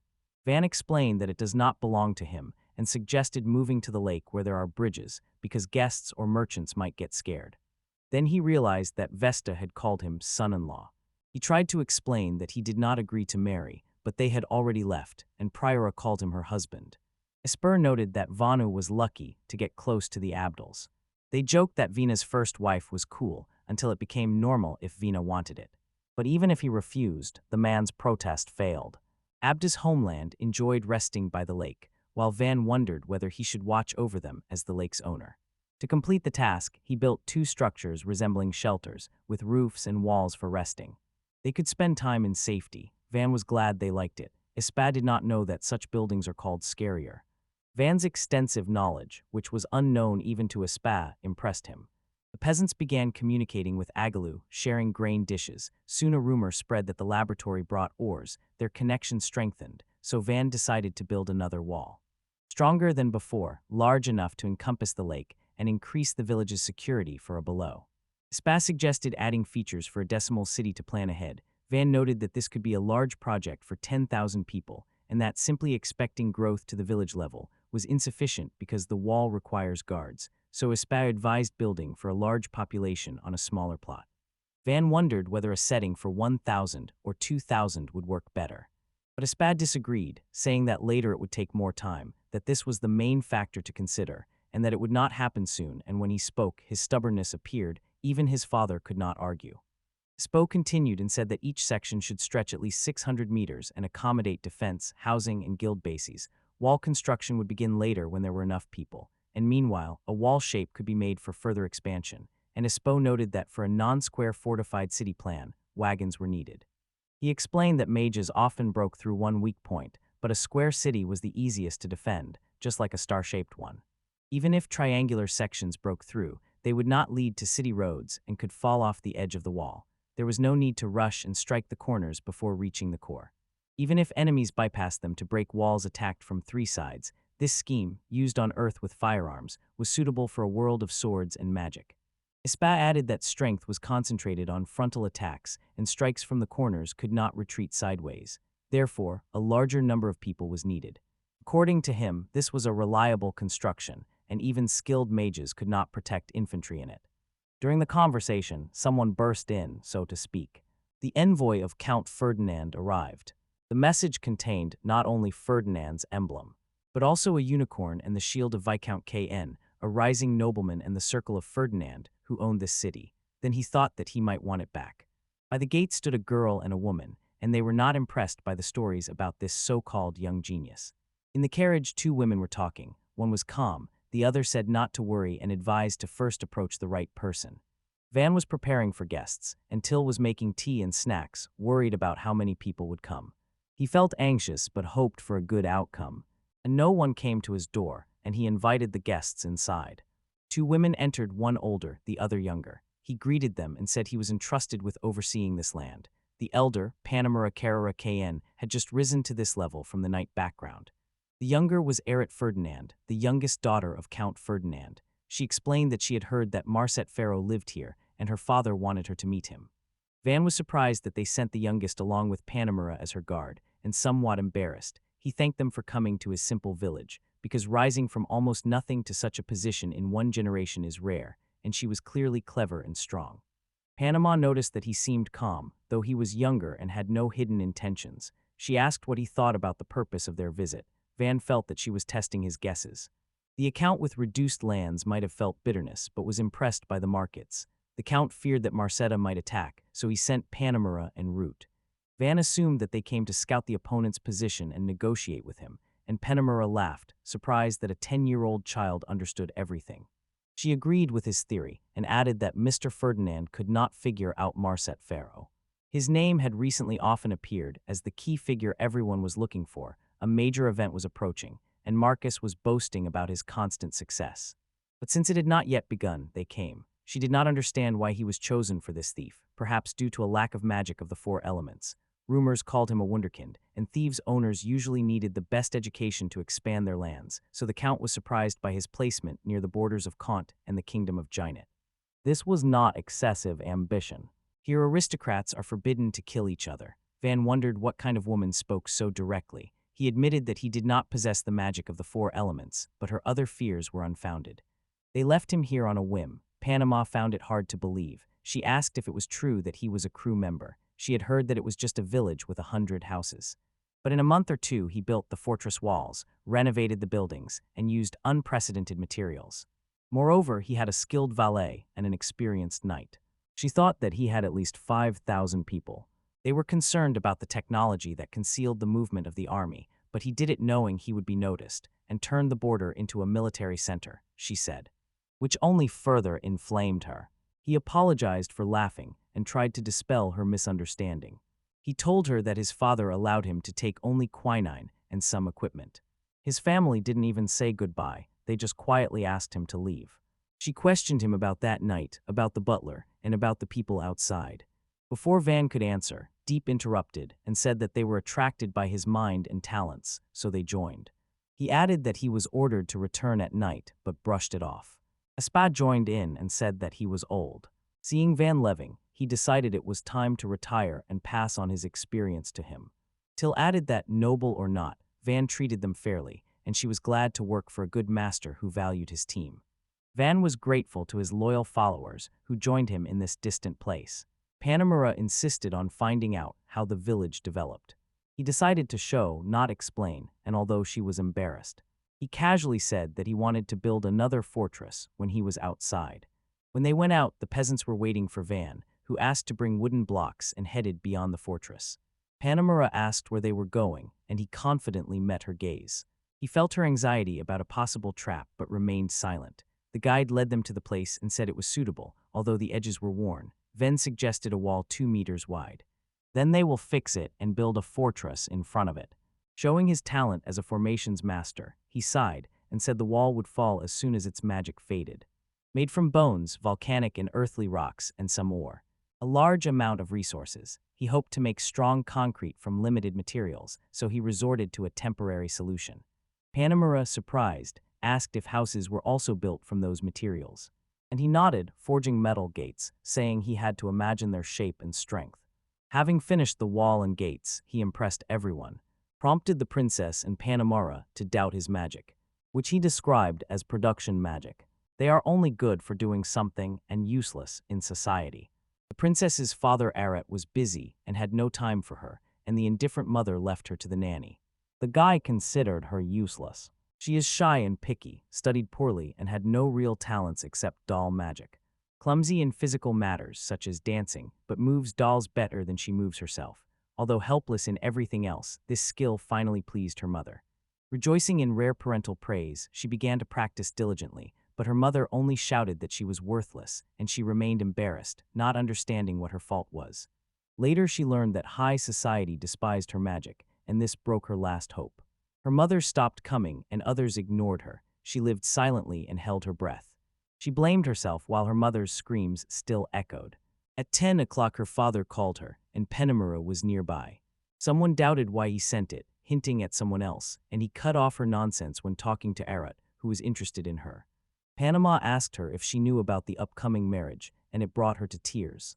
Panama said that skill can cause talks about marriage, but no one will cancel them, or asked if her uselessness meant she would have to leave home. Panama explained that all her brothers and sisters were already married, so a good partner would suit her. She warmly took her hand, and she finally felt care.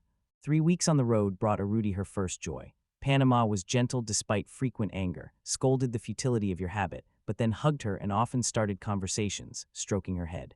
When she cried, the state of Panama remained calm and stroked her again, or wrote on the door her touch in a joking tone. She did not want marriage, she was only on Panama's side. She decided to look at this boy with an empty gaze. Van's uniqueness annoyed her. He immediately got along with Panamura, had respectable servants and allies, and although he was younger, he achieved a lot. She thought his parents valued his talents. She was shocked by their indifference, and when she listened to him and saw the futile tricks of his magic, her envy turned into admiration. Aristocrats valued the magic of the 4 elements, so she abandoned her magic when her mother rejected her. Now she thought of taking it up again. Panama realized that she could fortify a key place by targeting the lands of the Count. Van said that his father, who expelled him for production magic, knew nothing about it. Panama considered it pointless. his skill could have expanded their territory, but Van did not expect that either. He suggested continuing to build the wall and allowed her to stay longer. She agreed, having no plans. During a walk through the village, Painmerkvist asked him how he builds houses, whether he alone has creation magic, and what materials he uses. She understood it partially, not completely, and felt that their confusion disappeared. Panama raised the topic of marriage with the root before him, and he wondered if that was the reason for her coming. He noticed that magical beasts swarmed here. They would strengthen the village, but marriage was not necessary for peace. Interestingly, the number said that he himself tended the furrow. When Sir Ferdinand spoke about her marriage, she refused. Fearing marriage to the youngest of the mayor's family, who might be hostile, the child of the border lord, she doubted the joy of her origin and Vanagrid, a warning about death from bandits or monsters. That is why Pan-American is desperate, because of the root and forced marriage. She was gloomy from the fear of another abandonment, and Van unexpectedly understood her and shared her experience. Panama became softer, weighing the happiness of the furrow, and would have accepted the offer if the wagon had wedded her. Although he was young, his wisdom and care for people did not correspond to his age. According to Panama, Van's main abilities were beyond imagination. She admitted that she would marry him if they were equals, and this praise came from such a sweet woman. Van smiled inwardly at her admiration. He masks his feelings, but is secretly delighted. She asked her if she felt the same, and assured that she would not force her to choose. Marshrutt doubted Van, and Van admitted that he also did not think about marriage, suggesting that she could stay in the village and not burden him if she could not return home, and this matter requires careful consideration. And even a simply arranged marriage would benefit him, because the rapid growth of his village would spread rumors and attract attention. His unique strength could attract the attention of rival countries, so he would have to strengthen land defense. Van asked if marriage to Arut would help him. She replied that it could bring future help from Count Ferdinand and her support, likely deterring an attack by the Count's forces seeking to reclaim territory. He believed that a political marriage with few enemies and many allies was better if it brought economic benefit. But the Count will get nothing by offering the route, unless his father secretly sent him here. Here, otherwise, there was neither benefit nor reason for connections. Panama. Mara said they would spend the night to give him a day to think and talk with her, or with Arut. Out of curiosity, Van Schock said they would stay. She reacted like a typical 10-year-old. I use her. He asked if the soldiers would join. She said that enemy lands are dangerous for a frail woman like her, and that she needed guards, but they positioned themselves around her because they knew about her immense power. She asked her what to do, offering Van's house, but she was too shy to answer. Panamera apologized to Van, noting her youth, and asked to live in her room, not knowing if there was enough space. Van immediately decided to build a hostel, leading them outside to build one for Panamera, Arut, and the soldiers arranged a room for 4 people, waited for the tents, rejoiced, invited them to dinner, and stayed until departure, and the tender wolf meat suited the dinner. Ordo's team hunted mystical beasts, and after the armored dragon, more creatures gathered here. When the scaled wolves last appeared in groups, Van's team quickly noticed that they provide a lot of tasty meat. Till promised to cook it well for a possible alliance between Ven and her root. Ven asked if this suited Till. She replied that after their time together it hurts, but she trusts that Arut will support him and willingly serve him fully. If his wife were good, she would have stayed here. Kansen said that if he could, he would choose someone stronger, for example Penamaru. Sad agreed that Panamera was telling the truth. The Count gained nothing from Van wedding a Rut, probably sent her away because she lacked 4 elemental magics, while their kingdoms. Scaria expanded its influence over 5 years. Neighboring peoples already feared them. Therefore, their king avoided quarrels among allies. Variants of Line 2, expansion through war would have exhausted their wealth, or Van could instead deprive them of rights or disrupt their order. Then insisted that, married or not, the most important thing was the decision of Ruts. If she cannot return home, she can stay in the village without pressure regarding marriage. If she wants to leave, he will allow it. They had not spoken yet, so he planned to talk to her during dinner. Later at the table, the conversation began with Van's question whether she liked the food. He said they would be able to make sweets when they have more supplies. Harut was shocked when he addressed her. She said that the meat and fruit salad were tasty and still pleasant. Arut got used to it, although she rarely spoke before and often hesitated, but Van did not judge her. Even the impeccable Panamera noticed his rare features. She could not believe that she met someone like him, and then he asked about her hobbies. She decisively loved cute things. When he asked if she liked small animals, she loved them. Dolls, beautiful flowers, and motionless creatures. Van, unfamiliar with dolls, asked. To take off, showing a certain time. A calm, straightforward manner seemed mature, although she was younger than her. She spoke slowly but impatiently, said that her dolls were in the carriage, and offered to show them to him tomorrow. Van smiled and thanked her, was delighted. Felt a happy tremor from strange excitement. She also usually met his gaze, so she allowed Van to continue speaking. She became more comfortable, and she also wanted to start talking. Throughout the entire dinner, she tried to look at him and ask something, but she lacked the courage, and the dinner ended. Remember emphasized the safety and peaceful atmosphere of the village. She also said that the food was so delicious that she wanted to know where he got all the spices and supplies. The locals also knew and respected him.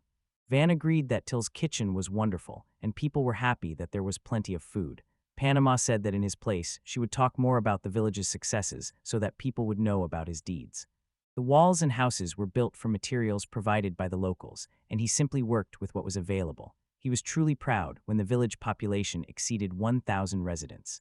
The conversation with Van ended, but he noticed Ruth, who seemed like she wanted to say something. After 5 minutes, he asked her. She bowed and thanked him for the day because she was worried, thinking she had to marry him. His kindness dispelled her fears. She wished him good night and then felt confused, but was glad that he made a good impression. Or at noon, she hurriedly said a few words and left before he could respond. Arette was worried that others would consider her strange and rude, and she couldn't find her room until a woman led her there. Upon entering, she found Panamura and her pajamas, who warmly welcomed her. Anamura thought that the children might have crossed the line simply because they got along well and told her that she could share any ideas. Or her cheeks turned bright red like a tomato, so Panamura stopped joking and offered her to stay a few more days if she wanted. I decided to extend her visit, but Panamura noted that they could not host them forever and advised me to pay a few gold coins for their stay. The only thing Erud could focus on was the plan to talk to him the next day because she believed he would listen to her. For the first time in a long while, she fell asleep waiting for the morning. The next day, Van told the villagers that Asada would be in charge of building the fortress wall. The task was not new, so he hoped everything would go smoothly. The project was large, so he asked them to plan their time and take care of safety. He and his crew were grateful for those supplies. Then he noticed Ordo watching and asked about his intentions. But Ordo said he was just curious and would not interfere. He recalled how the villagers once lined up like soldiers, ready to hunt mystical creatures again, and with new swords it was easy.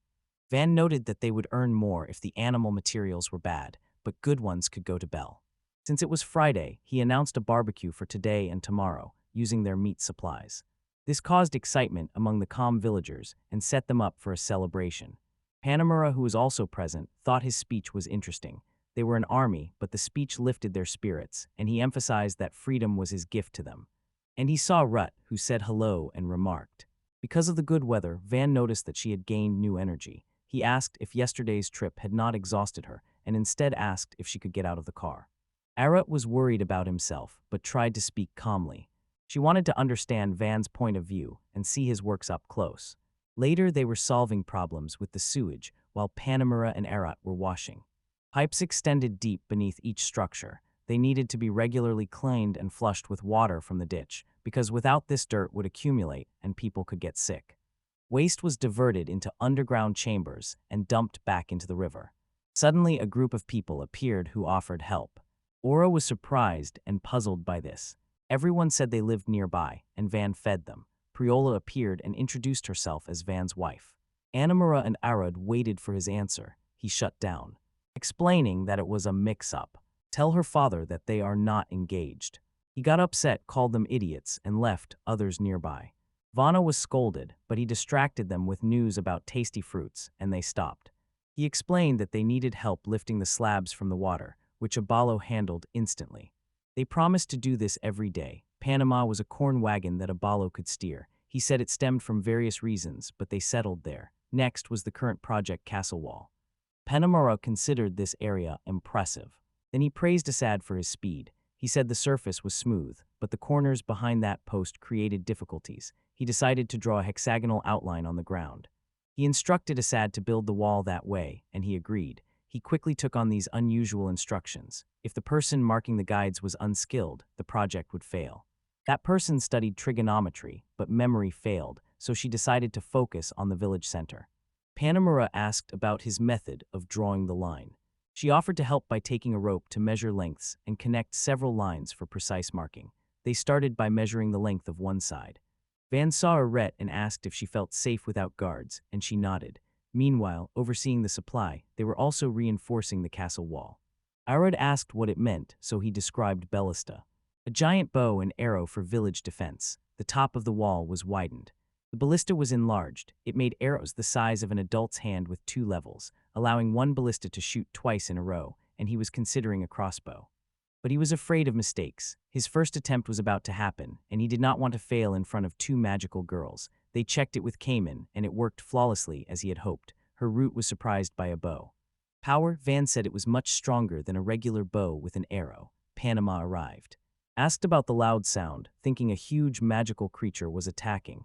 After Van explained, she was quite surprised and asked if those ballistas were also on the top of the wall, and Van said they were slightly different. But over 100 stood along the defensive walls, and even more were planned. She began asking about time, cost, and materials. Vince noticed her curiosity, but hiding details and calling it a military post. The secret stunned Panama. She left, not upset. They asked for more and offered to buy the ballista at any price, but Van Grind said they were not for sale. Panama barely developed grass and how far this distant village had advanced. Having reached such a level, established production standards, magic, and ways to gain loyalty among different races as Viscount Pan America. Kara Cayenne felt a fresh breeze she hadn't felt in years. She made an official deal with Van Neff Arrow and planned to inform the capital.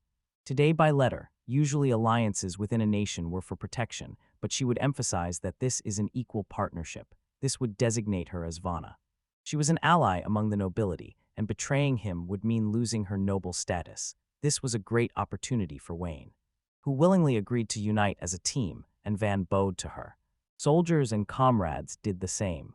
Panama suggested that if he lent her ballast, she would give him 100 soldiers for 2 weeks, but he would owe her if even one did not return. Van agreed and asked to be shown.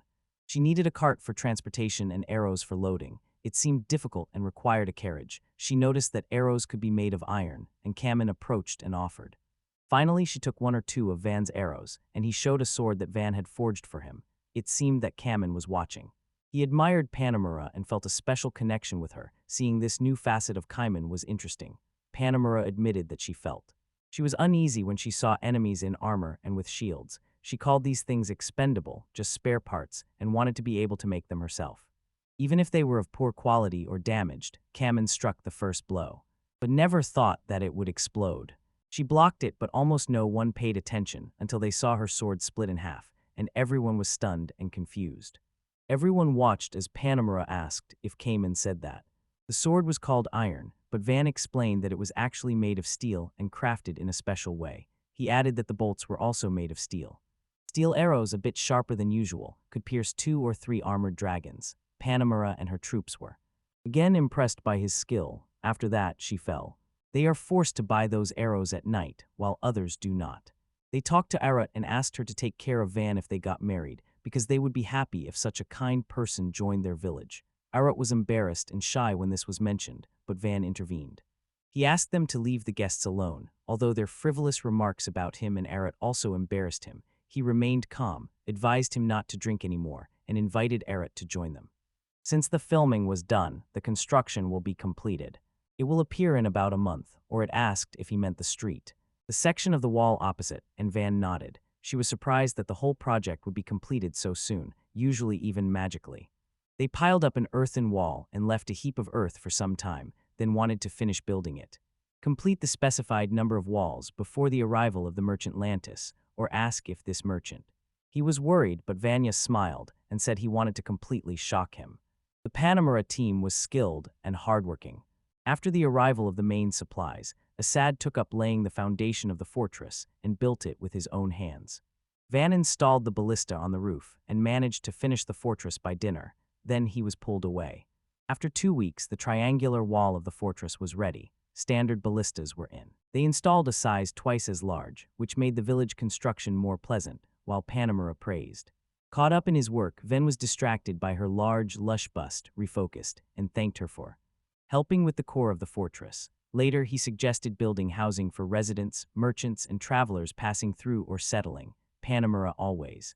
She dreamed of such a project, but then large funds were needed, and borrowing from the prince, who had just lost land in battle, she could not, so she refused his money, so that he could freely apply military power there when they talked about land. Trembled and Ordo shouted. The dragon was approaching, and everyone was in confusion. In this distant place, there was a dragon. It was chasing Ordo and his. The team had to hold it back, so the others retreated to the village. Van was stunned that Ordo became the bait. They could have fought inside, but Van was not sure how to defeat such a huge dragon this time. He refused to let the villagers and others become its prey. His team waited for his command. Panemura decided to help. When the dragon roared, he began giving orders. He ordered Ordo to lead the dragon aside while they responded with volleys from the ballista and told everyone to prepare. Ready to enter the protected zone near the wall. As soon as Ordo and his group were inside, they closed the gates and climbed the wall to help. Panemura ordered her soldiers to escort Princess Ert to the village with 10 people. The rest were ordered to take the tops of the walls, and Ert was more frightened than her. She stood frozen like never before. Van noticed her fear. He approached her and calmed her down, explaining that although the forest was dry, the dragon was formidable, its ballast was reinforced. The mage of the 4 elements, Asada, and the help of Panemura gave them strength.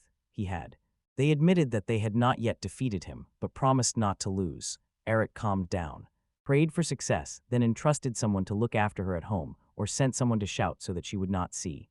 The gates appeared soon, and Van told the crew to push them. Ballast making sure they did not hit Ordo. Their initial goal was land him, aiming at the wings, because they fill the dragon with everything. With all his might, Poole stumbled and begged them to leave her, but they ignored her and dragged. The dragon's attention was diverted to give her time to get up and escape. Zara struck the dragon again, but it barely paid attention. He ran away, sobbing and shouting for them to leave him, and was stunned when they did and ran.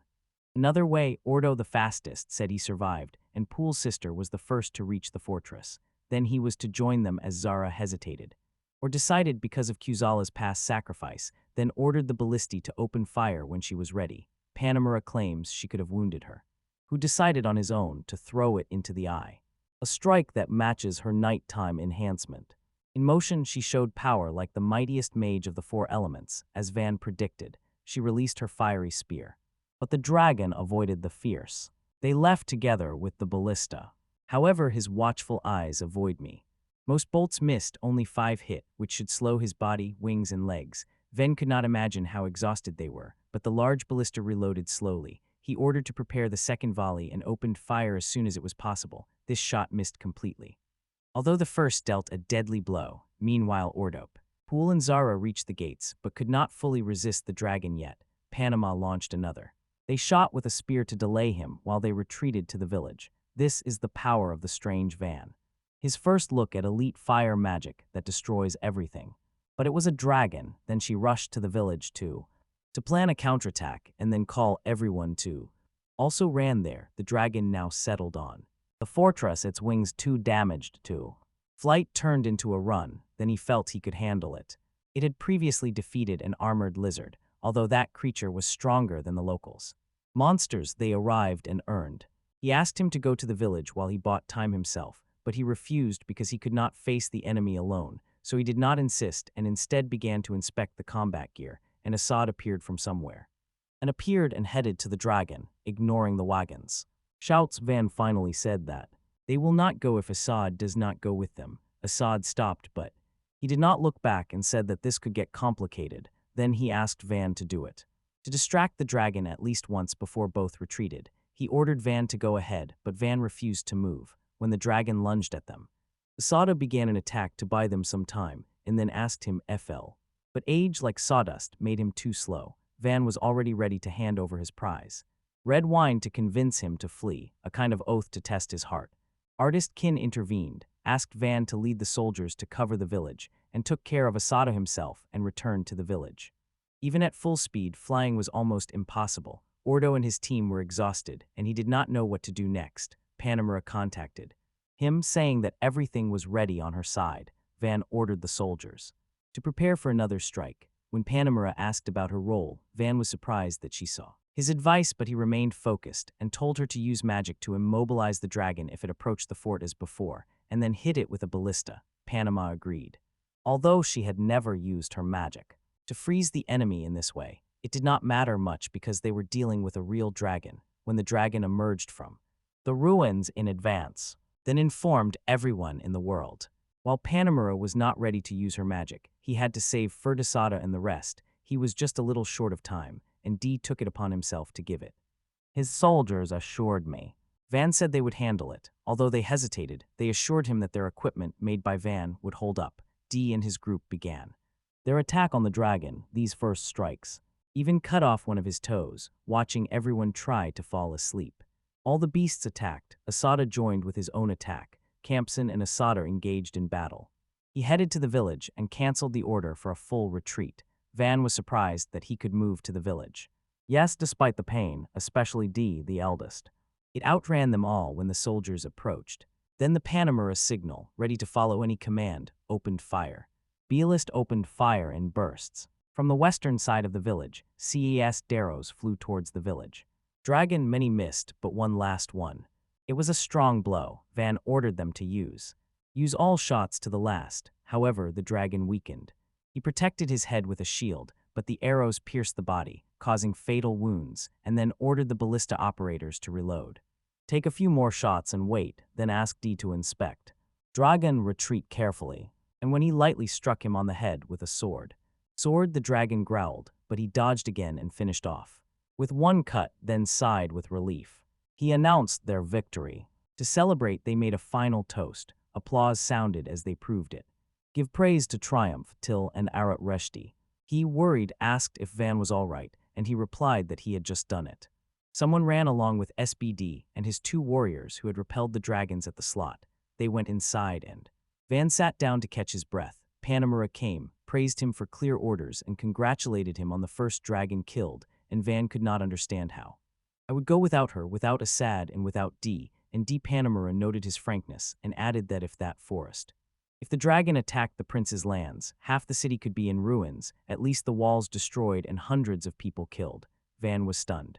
If the royal estate was in the city, it would have first-class defense. Panama noted that Dee and Asada would go down in history as heroes. The group felt a strong sense of pride, although Panama pointed out that weak ballista shots only chipped the dragon's scales. Then he realized that he needed to strengthen their power. Panamura suggested starting the tribute, Dragon Conquest, first. She said that Dee deserved it. At first, they gave the title of Dragon Slayer. Then Van, the village elder, earned the rank of commander. Asada was also to be invited to join, and Deeb was delighted. He will be called the Dragon Slayer in the next part. Van told the crowd that they had defeated the forest dragon, and those who fought would be honored. Awards would come from the Pan. Mara Carla Cayenne, the current head of the noble Cayenne family, the peasants eagerly awaited her speech. She explained that the victory over the dragon happened thanks to the knights and wizards who fiercely fought to save the village. They stopped a threat that could have destroyed the villages and their fortresses. They truly deserved it. No one died in the village. It was a great success that brought them praise. She began with the deputy chief knight of a related noble family. He beheaded the dragon and decided the fate of the battle, using his deep experience in war and weapon mastery. Then came Sada, the respected wizard of the 4 elements. He used powerful magic to restrain the dragon, making him the second key participant in the fight. Name. And the crowd erupted when Philo appeared, the 4th son of the same noble family.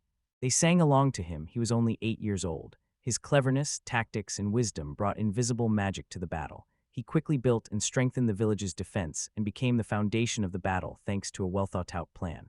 As the ruler of the village, he led them to victory, looking at the crowd.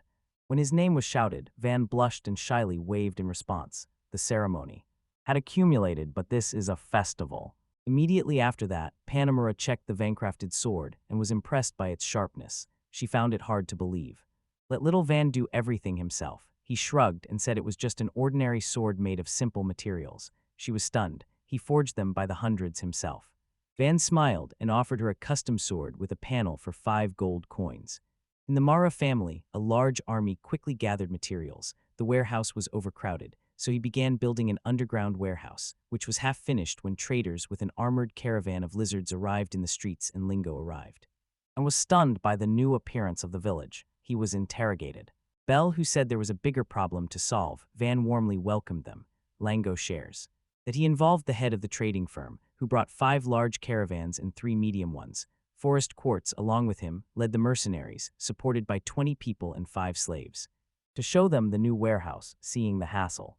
10 bodies lay on the ground. The traders were initially frightened, then decided they had exaggerated, since it was a huge forest dragon, and Bell explained what happened.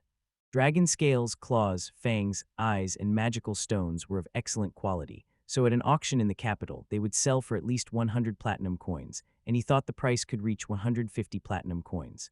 He could not imagine that the dragon could be valued at tens of billions of yen. He asked about what would happen after the post-auction, and Belle Claire confirmed that it would happen in the capital, where expensive things always appeared, and this would attract the Merchants Guild to mechs with such units.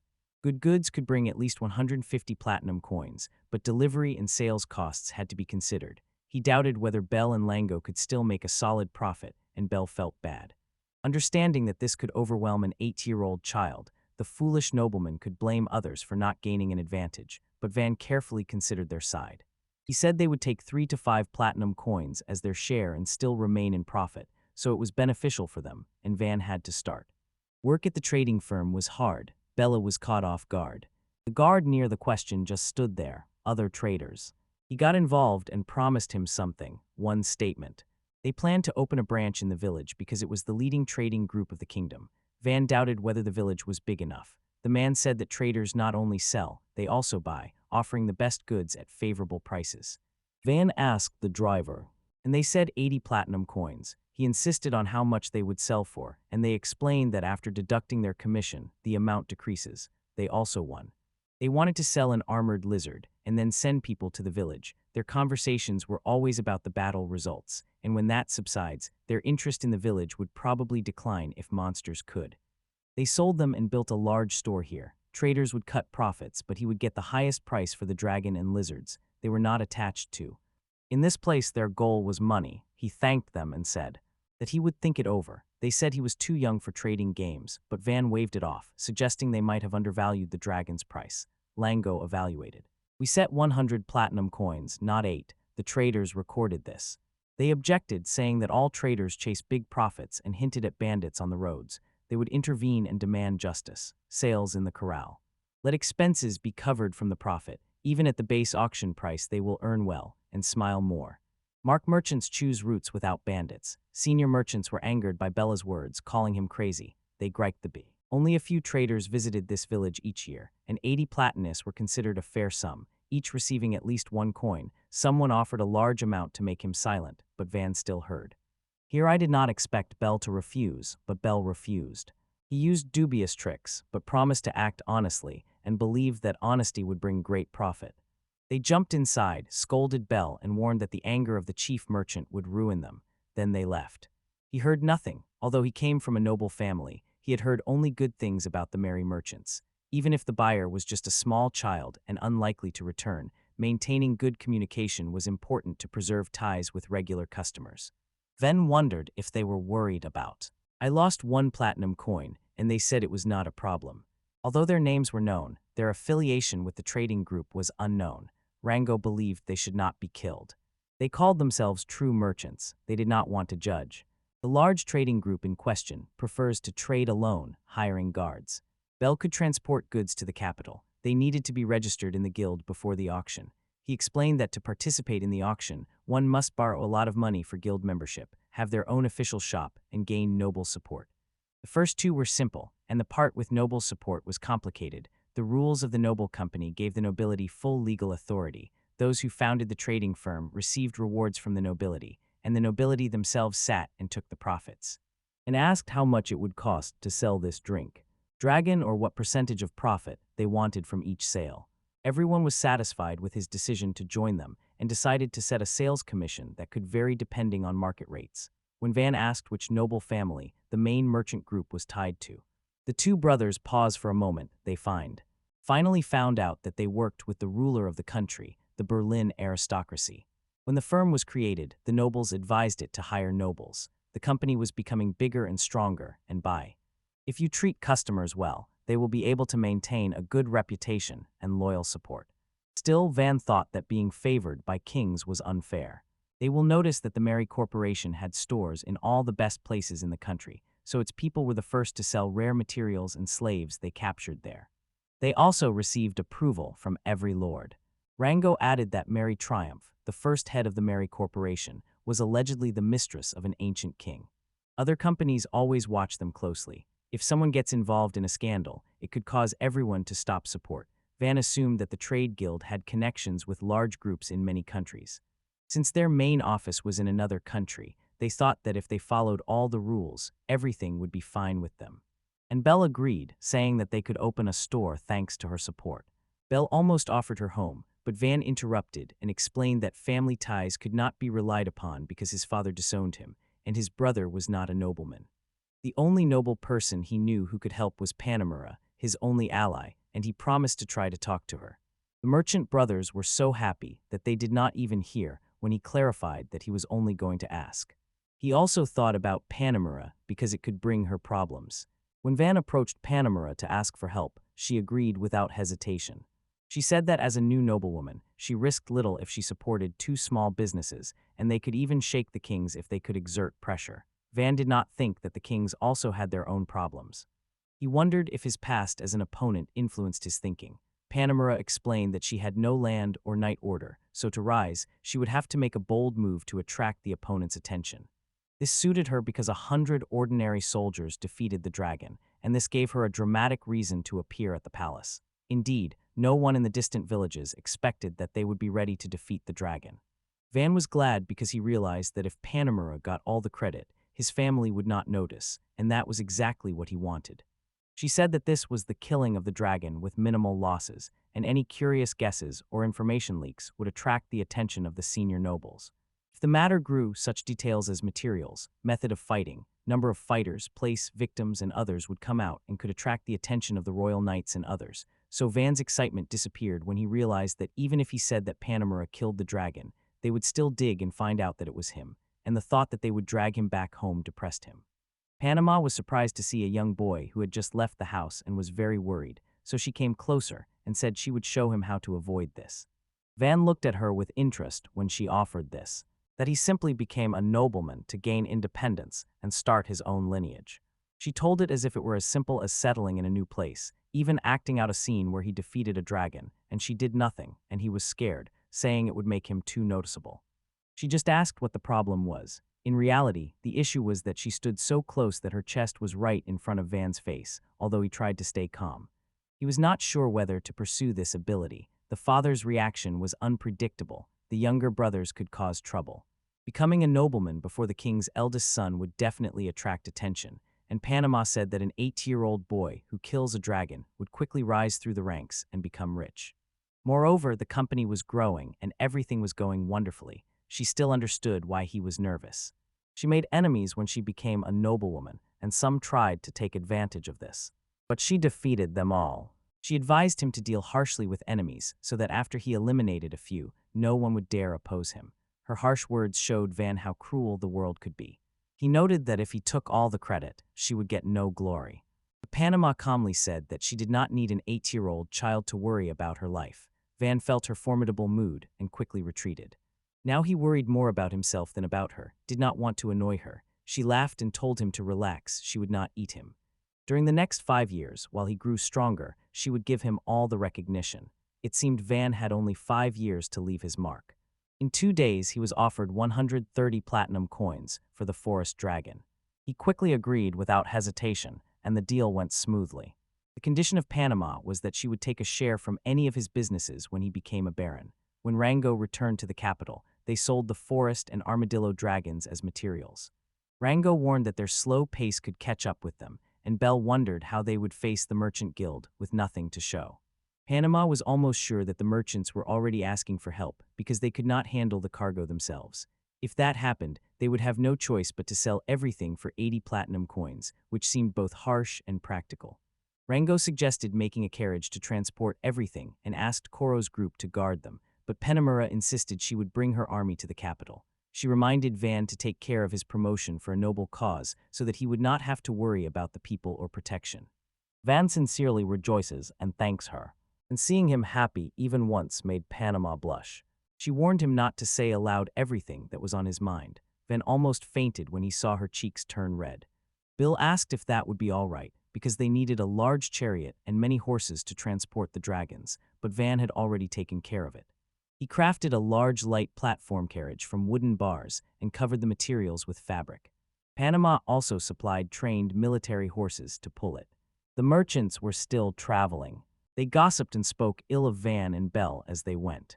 Suddenly they noticed strange, oversized carriages and the approaching night, and confused and anxious wondered who had sent them. It did not look like a noble carriage because it was very large, and when it passed, they saw an eye. A jar and a quarrel inside, which confused them even more. One merchant realized that if Belle and Rango gained the support of the nobles, they would quickly rise in the merchant guild, and in that case their hard work delivering to the border would be in vain and they would suffer losses. Their deal depended on Armadillo Dragon and his 40 items, so returning empty-handed would ruin the status of their trading group, and they thought about how to save themselves. And one suggested claiming that Belle and Rango took advantage of their kindness and deceived them. They are returning back, hoping that the guild will believe their story. In the kingdom of Scuteria, Cain Dino from Shura ascended the throne at 16, and by 20 had reformed the army. Surpassing ancestors with incredible strength, ending betrayals, pushing relatives aside, freeing many commanders, and turning lower ranks into fierce warriors, creating an army focused on power. It took time, required effort, and cost a lot of blood. Nobles were forced to become officers or deputy commanders without exception, and this seriously changed everything. Weaker clans like Count Fonitz lost influence, while militarily strong ones like Mark Fonitz gained more power. King Dino personally bestowed a noble title on Panamera, recognizing her skill. She came from a family of knights in the capital, and when her magical talent was revealed, she was sent to the council lands for intensive training, but she gave up sleep for lessons and worked persistently. Her efforts paid off. She became captain of a small detachment, and success allowed her to command the Count's Knights at just 16 years old. Since then, Panamera achieved much, including joining the war against the Kingdom of Veneta, where her leadership changed the course of the conflict, and after that she was ennobled. Although under the pretext of granting a title, they made her a knight. His Majesty was pleased with her successes, and within just 6 years, granted her the rank of Count. He said that because of her recent achievements, he expected she would ask for an even higher rank herself. But she surprised him by suggesting to give it to someone else. The king asked whom exactly she meant. Panamera explained that it was one of the feudal lords of the kingdom, a man without a deputy or representative who could not come to the capital. When the king asked why she proposed such a lord, she replied that she did it because of his potential and possible future achievements. The king was impressed that a respected military figure like her praised someone else, but he became skeptical about a lord with empty lands, no knights, and no soldiers. He could not do anything remarkable. Silence fell in the room when Panama revealed that it was the dragon's subjugation. They thought that a mage of the 4 elements was raised there, but she explained that he did not know how to use magic, despite his family's fame, and because of this he was expelled. King became interested when she named him. Then a comrade, son of Mari's fellow, an 8-year-old hero who killed the dragon. The king was stunned because Marcus did not report this, but Panama confirmed that she herself spoke with Van and the villagers. It happened in a tiny village of barely 100 inhabitants, constantly terrorized by thieves. When Van arrived, he protected the village by destroying the bandits, along with several supporters and hired adventurers. Then he fortified the village with adobe walls and repaired their damaged houses. The court could not believe that a 6-year-old child could do this. Panama continued, describing her small team. A little over 100 peasants, Mark, deputy captain of the knights, an elderly mage, and 5 adventurers, although she helped tame the dragon by restraining it. Van and the feudal Lord Bono finished it off without losing anyone. It sounded incredible, so they demanded proof. Panama was assigned to dragon's materials. And another 40 armored lizards. This number shocked them because even royal knights would have difficulty dealing with them. She admitted that she could not fully convince them during the heated dispute, but spoke with the villagers whom she then led, and their testimonies matched the report. The king did not suspect Panama of lying, although it was strange that she trusted a child who was easily persuaded. They asked if anyone had given Van his land, and she confirmed it. He added that in a few days there would be a dragon inspection, so there was no need to complicate matters. Knight warned her that if it turned out to be a scheme, she would lose her rank and face punishment. Panama took the risk and even asked the king to be present. hinting that he can provide Van with new lands to defend the kingdom. The king really wanted to see Van in the form of a dragon. They brought the dragon, and the people were amazed. Panama declared Van fellow baron. The issue of his awards for killing forest dragons will be decided later. The court was surprised, especially because of the new Van. She also told Bell and Rango that now they could negotiate with the guild and start their own business, and Rango was delighted when Panama asked if he would also use his brother's name. He said that he is simply glad that the name of his younger brother is becoming known. The next day, the launch of the new business and rumors that Van Fellow would become a baron became the biggest news throughout the capital. People called Van a hero who killed the dragon, and in wild legends they said that the young strong swordsman cut off its head. Too contrived even for gossip. Panamera's role was in the shadows, but she was also interested in the fuss around the Van. She hoped he would be grateful for her help. A month and a half ago, Panama's group left the village, and since then Van made a bunch of ballast, but since there were about 100 residents here, they would not use them all, and his establishment became refined and moved to the center of the village for convenience and attractiveness. They also built 2 towers. Ken loved the Eringo Tower for its views of the street, and Till preferred the Voodoo Tower for the lake views. Despotted approached the Van and asked if he was going up to the Oringo Tower, but since the Van chose that tower, Despotted instead chose Voodoo. The climb to the tower took 10 minutes and tired them, and Common handled it well. But Till and Van ribbit. When they reached the top, the stunning view justified all the effort. Van wondered if the tower was too big for a village of only 100 people, but then someone remarked that with their buildings and equipment, it no longer looked like a village. Maybe it should be called a town. Although he had previously rejected the name Van's Village, it still sounded in conversations, and he thought that Till might jokingly call it Van Town, and Till did not react to Van's joking tone and insisted that it was a good name. Van thought she was now mocking him. Let's call Van to look at something. But Van did not notice this. Kin's sharp eyes saw better than the peasants, and he said that they did not look like soldiers or adventurers. Among them were many children, elderly people, and even a slave trader. Impressed, Van decided to eat first, because it took them an hour to arrive. Till brought Van his favorite rolls and a sandwich made from excellent bread thanks to Bell. Has 8 ALTI already appeared. Panamera returned to the capital, but Alti decided to stay for now. Van asked what happened, almost forgetting about formality, because he felt like an adult talking to a child, and she was cute, but he had no romantic feelings, only a desire to pat her on the head when she behaved that way. Captivated by her cuteness, he barely noticed when Alti asked to just call her Alti, because the full title seemed complicated to him. Van agreed and asked why she came. She explained that the crowd was approaching them, and she was worried about what to do. Inside the city walls, they had nothing. If they were taken to his office, Van noticed that she spoke more simply when she started talking to him, although sometimes she still got annoyed. Van suggested talking in the house, and first making sure that the newcomers were friendly, until recalled that Oro's group went to the forest that morning. Van Toland has to pick up Dee and Asada. Common went to pick them up. Van, between construction projects, thought about training, and Ken's hard work motivated him. He can endure these tough trainings alone. Although he himself did not notice it, his swordsmanship surpassed Van's. Ab and Lu also trained his opponents, and Van realized that he lacked not only endurance. When in Altaprize general skills, then he understood that, as at home, the cool ones here were those who were fast and athletic. Asada told Van that a group from another village had come and suggested bringing their leader to his room. A sweaty man came and asked if this was Seat Village. They expected a simple place, but were surprised to see a magnificent city instead. Then they turned to Asada and asked if he knew anything about it, and Asada explained that once a man named Sit lived here, who was so memorable that the village came to be called Sit's Village. Van was stunned and felt deceived, because he was told that the village had no name. And Asada admitted that he had been silent, hoping that Van would name it Van's Village, and was surprised by this boy.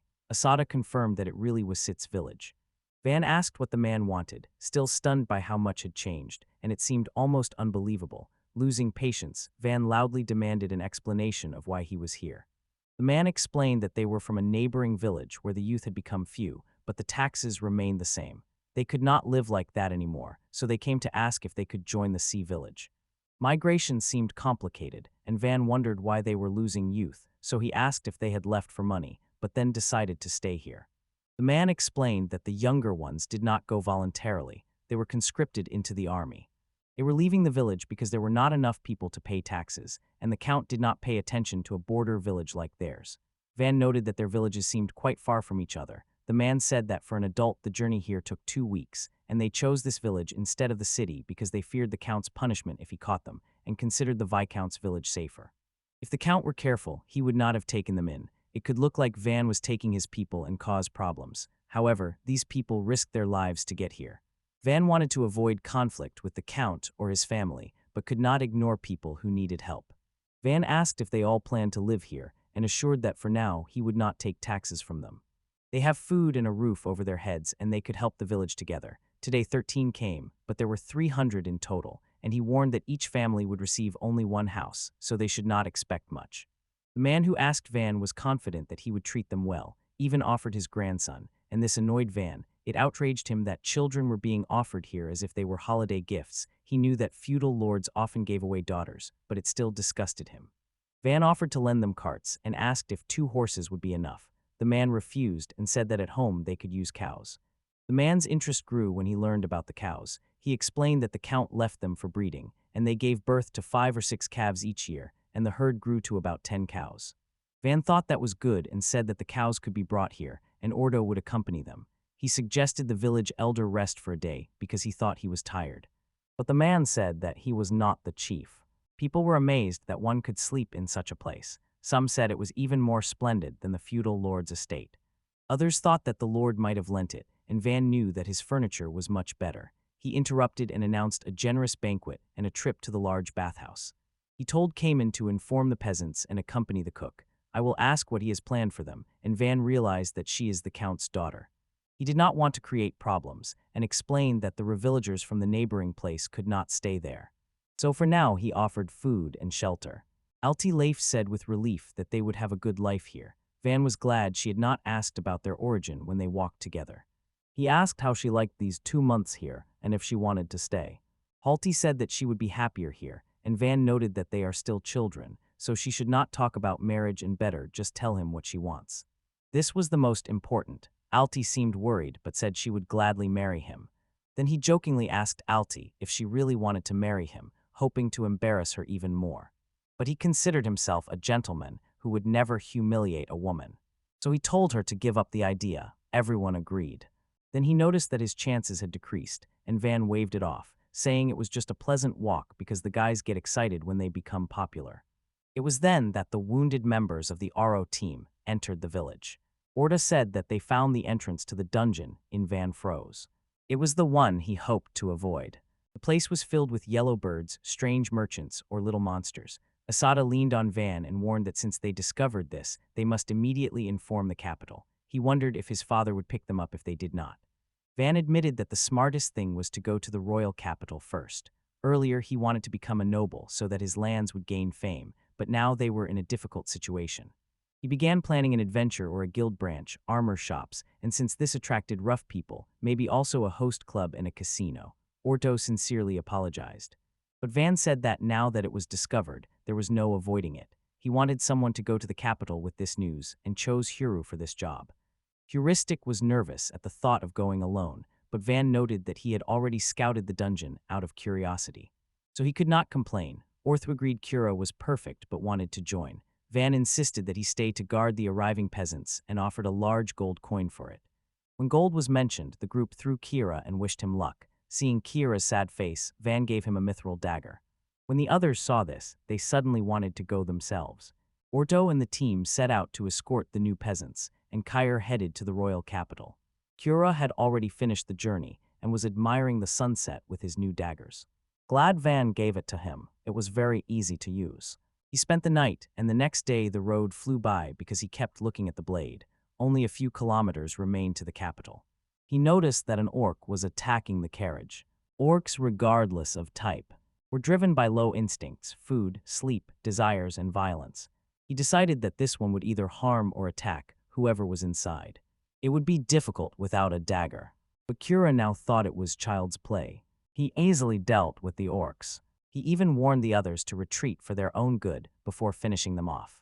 Again admiring the custom-enhanced mithril dagger, a little girl stepped out of the carriage and thanked him for the rescue. Her name was Amelia Stust.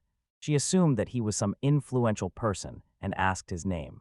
Kira panicked, but he introduced himself as a simple traveler. Her fine clothes and that noticeable dagger made her doubt. She thought he was hiding some famous name. He tried to explain, but she did not believe him.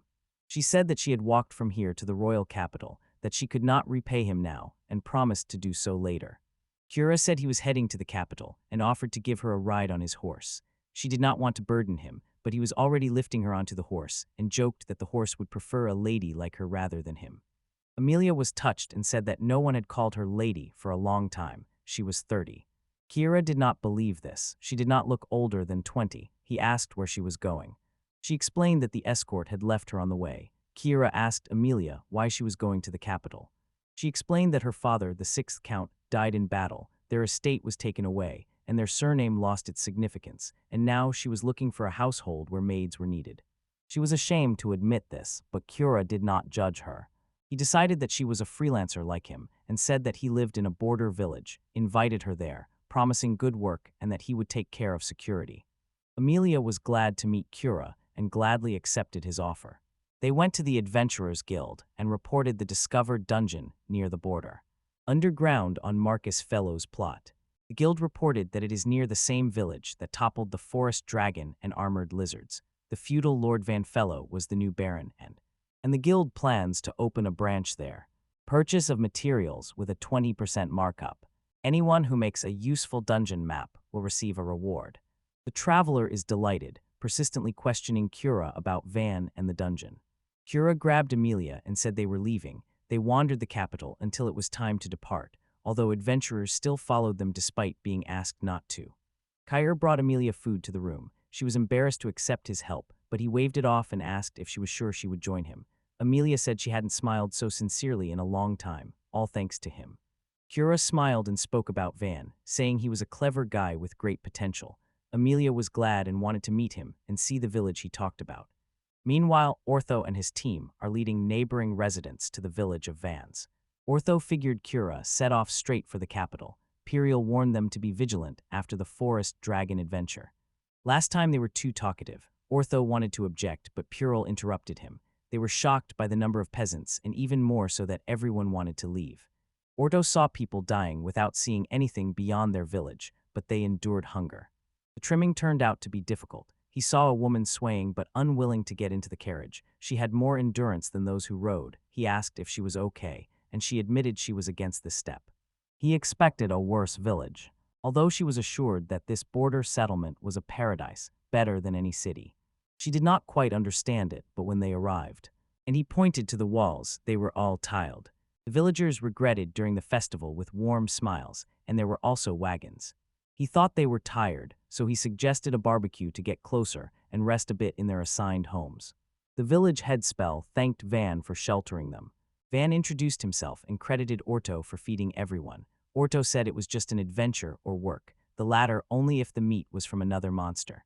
Van explained that late yesterday 10 giant evil boars appeared. He was scared when he saw them, and Orton noted that these boars paralyze with magic if approached closely.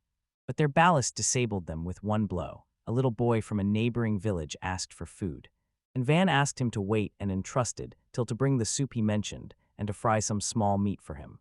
They served a lot of food to everyone. The newcomers were delighted, some even cried while eating, enjoying delicious meat after a long break. Their joy warmed the hearts of Van and his fellow villagers just as strongly. Van felt relieved because he had diligently prepared enough houses and barbecues for 300 people before their arrival, and most of the work was done together with the team, especially with Pill.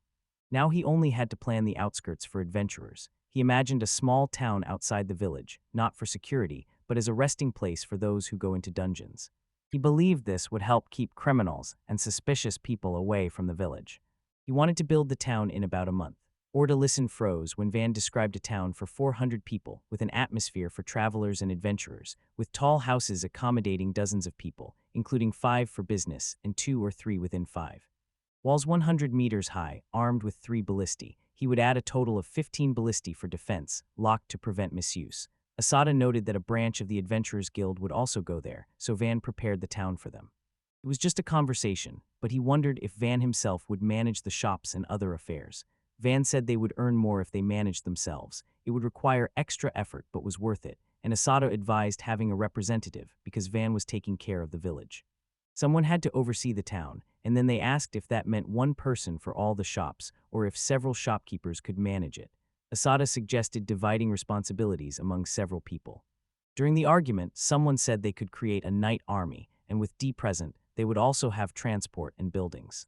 They could take care of the town's security because thieves or hooligans might appear, so Van plans to run several shops himself. Bell and Rango will take care of the rest and look for adventures for the night army. He presented one side of the role of a representative. Managing recruitment, Van explored the possibility that one army could cover both the village and the town, and was confident that D would lead the village army, and the new one would become the Aspa army. Asada understood and asked if it was revenge, and Van checked the party, hoping that no fights had occurred. Eric wanted to join him, but Van needed to talk to the villagers, and he did not want to seem rude, so while they were talking, he offered her meat. Tilancampion eagerly followed them and watched as they ate and walked. Van noticed that there were not enough chairs and asked a strong villager to bring 3. The man gladly brought them. Van offered him to join the seat's knight armor. I am still in the process, asked him to think it over, proud that he intercepted the recruit before Estba, then began working with other types of warriors. The villagers approached and asked how they could help. He was glad for the extra hands and assigned them to help in the shops and taverns that were opening. They improved the farm but were novices in trade, and Van reassured them that they would serve customers, arrange goods, and clean, because there was a lot of work and everyone could try what suited them. He promised fair pay for everyone. The old man noticed that the village was in excellent condition. He thought he was somewhere else until the van arrived. They never thought their life would be full of smiles and joy, and hoped it would last. Van said this is only the beginning. Together they will make every day fun. The village grew, more residents and visitors appeared, although at first they were only trying to survive. Speak grandly and announce that they are now building another city. In the next scene, they gathered more villagers to help. The stronger ones worked a kilometer from the village, building a new town for adventurers. SB noticed it was uneven, so they ordered them to pull the rope to the right. For the elderly newcomers, Van assigned caring for the cows on the farm because it was familiar to them, and Egalis would take care of the water and grass. The new children gladly settled into their homes and explored the huge village walls together with Sita's children. Van was glad the population was growing. When approached and asked if more logs were needed, Van requested another 100 by the end of the day and noticed that D was already forming the night shift. Although they had already registered in SB, Van realized he had fallen behind, but fortunately some had not yet decided, so he grabbed a few and planned to make Dita the captain, and Abe and Lou the deputies of the 20-person squad. Small, but he told himself to relax and let Asada rest. Ken ran in and reported that a horse and a middle carriage were visible in the distance. It was Kusara with several escorts. Van thanked him and joked that it was not worth looking so far. Till and Alti also did not notice this until they got closer and saw a woman next to Kusara. Till believed he had saved her and won her heart, Alti was delighted, and even relatives praised Kusara for agility, the ability to notice enemies, disarm traps, unique swordsmanship, as well as skill in throwing stones, throwing knives, and archery. When they were talking about Kusara, he approached and jokingly asked them not to discuss him so loudly. Van pretended to be innocent, greeted him, and inquired about the woman. Kusara said he met her somewhere, and since she had nowhere to go, brought her with him. The number of people in the village was growing, and he asked if that was normal. When Van mentioned 300 new residents, Kusara was stunned. Till introduced herself as Van Tafalia, who had the same name. She said that near the capital orcs attacked her. Kusara saved her, and then brought her here, as Till had predicted. Kusara downplayed it, but Philly insisted that he surpassed any hero from a fairy tale. Till and the whole buzz with excitement. Then pay attention once again to the group behind Kusara. Adventurers seeking to find work. After the report at the Kusar Guild, he apologized. Money-hungry people joined him, and fearing they would scare the peasants, he suggested they camp outside the village, but Van wanted their favor and for them to speak well of the village. He asked them to wait, promising to arrive soon with basic protection. He told Kusara to rest in the village and inquired about their plans. Van explained that Orda had scouted the dungeon, but its unfavorable location ruled out a camp. Kusara smiled and said this was his moment to shine. Kusar will rest today and show his skills tomorrow, Kusar pondered. Philly bowed gracefully, hinting at her noble origin, and apologized. Alti whispered that she was from the Viscount Strato's lineage. Van asked Alti if she knew Philia, and Alti replied that she had heard of her before. Her father, an aristocrat, had died, and their family, barely surviving, eventually fell apart. Till felt sorry for her, thinking they were about the same age. But when Alti said Philia was over 30, they were all surprised. Van decided not to ask women about their age anymore. He switched to city construction, temporarily postponing shops and prioritizing temporary shelters and defensive walls. He wanted a wall that could stop a medium-sized monster so everyone could retreat deeper into the village trouble hit. While he was speaking, several adventurers approached and began to harass them. It was a warning that even near the village, the street was dangerous. They were called brats and flirted with Till and Alti. Van was momentarily stunned by their audacity. Then they asked Till if she was worried. She said they were strange but nice. Van found them scary, but others explained that the White Oath group looks rough but is decent at heart. Van thought that White Oath was the name the D-Day team gave to their party. The travelers were curious why they were there, and Van assured that at the first sign of danger they would return to the village, so everything would be fine. It learned from the guild about a young, wealthy VI account that leads a large group. Van wondered who this young, talented nobleman was, because he had never heard of him. One adventurer asked what he was doing, and Van replied that he was waiting for firewood. He showed their meager supplies, despite the rough appearance, having set up a temporary fence for safety at night. Everyone was amazed. Van thought they doubted his strength, so he said it was stronger than it seemed and would last a week. They corrected him. It was incredible magic. He came with 30 decks and called the name Van. Because of this, the travelers understood that this boy was Van Fellow. Degat Furios drew his sword and loudly challenged to a duel. Even Van got scared. Demon of the Traveler's Egg, but cut their swords in half. In one fell swoop. Known as the strongest knight who kills dragons, he quickly gained a reputation. The newcomers nervously greeted him, and he warned them not to look for trouble. Van did not know how to react, but hoped it would help keep everything safe. People reached out to Van both as a child and as a leader, showering him with questions, including why he ended up at the border. He explained that he was expelled from his family. Ordo appeared in the middle of the conversation, surprised by the crowd. Van asked when he returned. Ordo said they had stayed too long in the dungeon but finally came back. He wanted to know how many adventurers were nearby and if Kyusara had returned, and Van recalled the stunning woman he brought, which shocked the team. Kyusara and Philia arrived. Kyusara came to check on them because they were late. He said that people from the guild would come for an inspection within a day, so the reconnaissance would be done tomorrow. Philia called him and he explained why she was here and introduced her to his fellow adventurers. Kyusara wanted to help, but seeing them, turned back and headed to the end. Orto and the rest were stunned and asked if it was a dream. Van told how Kyusara heroically saved her from orcs, and she considered him a hero. It was true, so Van accepted them and even looked for a small house nearby for them. Their envy made him stop. They regretted missing Envy Kyusara. When they settled in, they asked about the dungeon, and Piriel said the monster was inside, and the entrance near the cliff was treacherous even for the forest. It was deep with a narrow entrance only for 2 people. They examined it. Stairs led to the first floor, pillars stood on the sides, there were walls, a ceiling, and crystals of light. It was definitely a dungeon. Van asked Puriel if the dungeon was far, and she replied that it was an hour by carriage, and another 2 to 3 hours on foot through the forest. Van was a bit surprised, but noticed that dungeons were often like that. He thought that strong monsters at the border probably gathered away from safer places. He decided that no one would settle in such a risky place, although he still saw that a village could one day be founded nearby.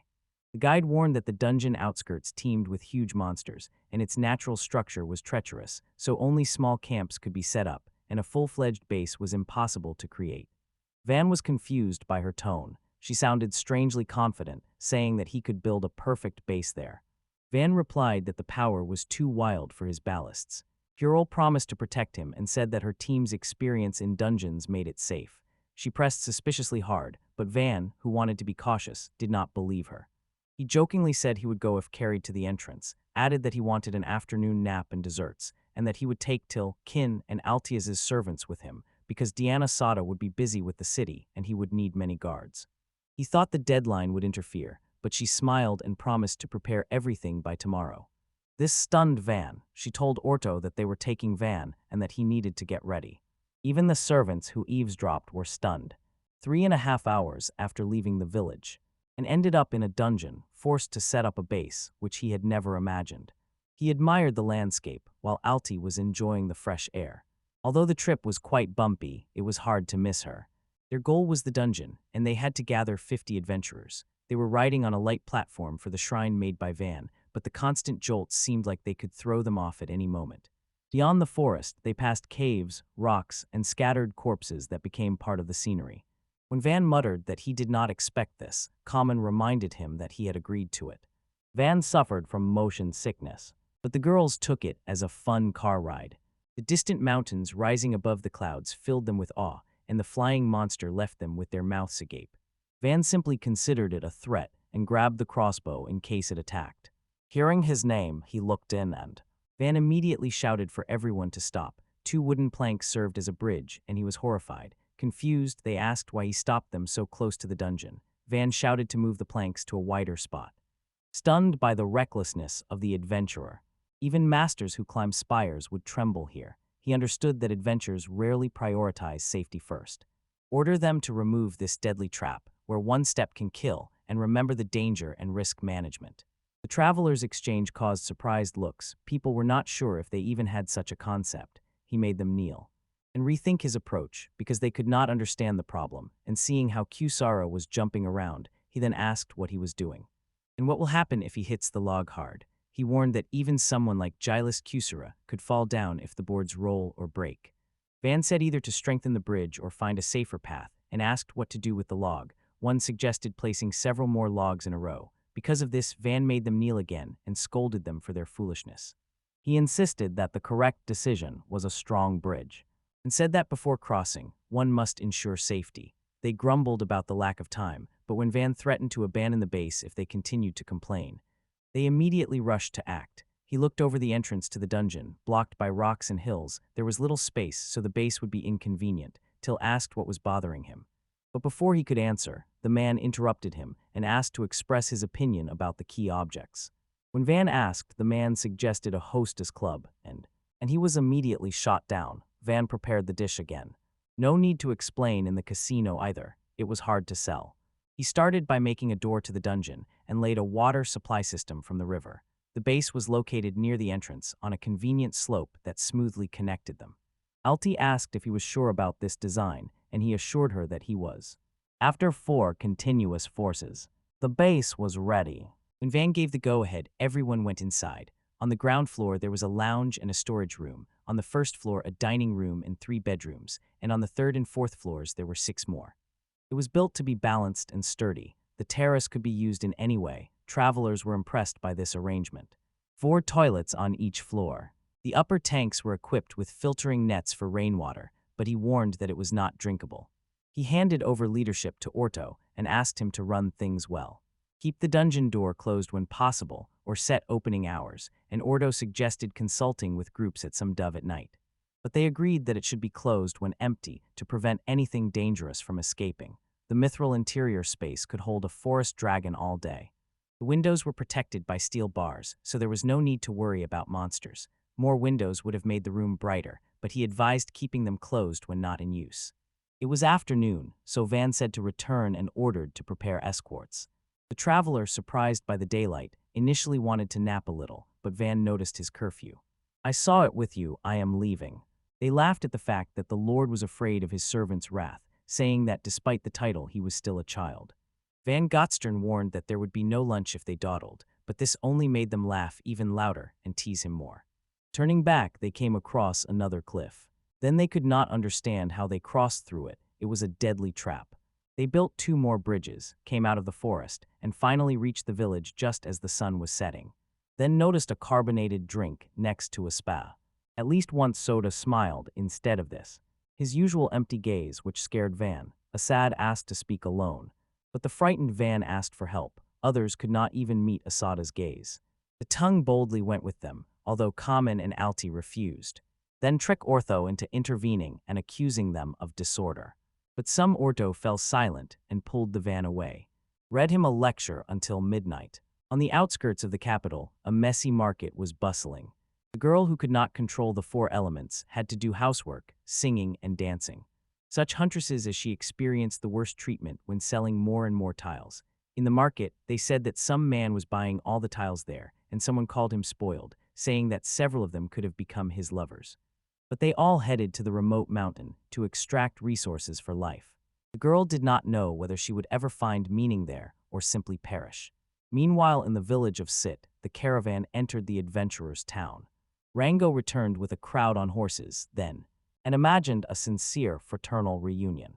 But Belle interrupted and asked Rango how much she sold herself for. Rango reported 108 platinum coins and, planning ahead, bought 150 debt certificates, all in order, and their 20s were newer, although he was stunned and paid 3 platinum coins for each, totaling 8 large gold coins. Auction at Maria's guild. Rango tried to negotiate carriages, but the guild apologized and said it would be troublesome if they couldn't trade inside, so prices were halved. Van greeted Ringo, noticed a large group, and he promised to introduce them later, transferring 130 platinum coins, according to the agreement. Van thanked him, handed them to Till, and Rango added 2 platinum coins when Van shared, promising a share of future profits. Van thanked, and Rango promised to sell him monster materials first. They considered it a mutual victory. Then Rango announced unexpected news. Van had now officially become a baron. This left him stunned. His father could no longer reclaim the land or deprive him of the lordship. Ken asked if Panama would come alone, but Rango said the 6th count would hurry after reporting to the other count. She would rather side with Van than with her count's faction because she was more interested in developing this land. Van did not expect her to want to settle here. She liked him, but not as a boss, so it complicated the situation. Next, in the village square, they interviewed the newcomers, who demonstrated noticeable talents. The daughter of the former Count Vi, ex-knight, daughter of a knight, wind element user, earth element user, former adventure rank B, daughter of the fallen company director, and an ex-knight from an enemy country. Since 2 stood out with wind and earth magic, when asked about their abilities, the blonde said she could create clay walls, and the others could kill wolves with 1 strike and perform tasks. The blonde from a merchant family confirmed that since childhood she kept sales records and managed a shop. They wanted to hire her if Van agreed, and he wondered if her beauty influenced the decision. Belle suggested that if they opened a weapon shop at the entrance to Adventure Town Ispa, it would sell well and could be given to the blonde, and then they met Veda, a former child of a noble family. Then asked the sheep if they prefer to work in the tavern, with knights, or in the lord's antechamber. Working as a cleaner, she learned from a kind maid named Till. Veda chose cleaning, and Van found her cute. She reminded him of Jerem, a servant from his homeland. He thought of making her his secretary, but decided that was enough. Suddenly, Veda sends something.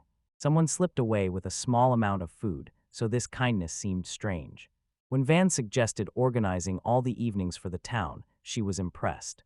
It was unheard of for Slavs to become knights. Van explained that the land was teeming with monsters and very dangerous, but he believed they could protect the peasants if they did their job well. Veda had never heard that Slavs became knights, and now she understood why the others were so happy. She did not understand why this was happening. Van Lip sighed with relief when all the roles were assigned, and the knights knelt, promising to serve him.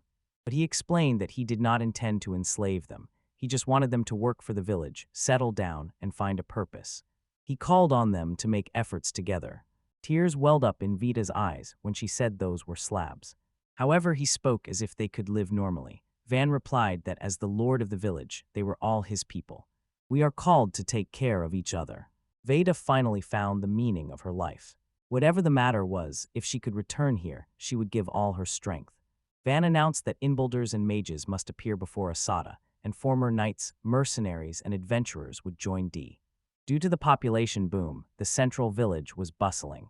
For bards, dancers, and musicians, they built a pub to then hire them, and children up to 10 years old to help with laundry and study. The Belgian Association taught Nubai to do business by dividing the carriages into 3 teams to expand their influence.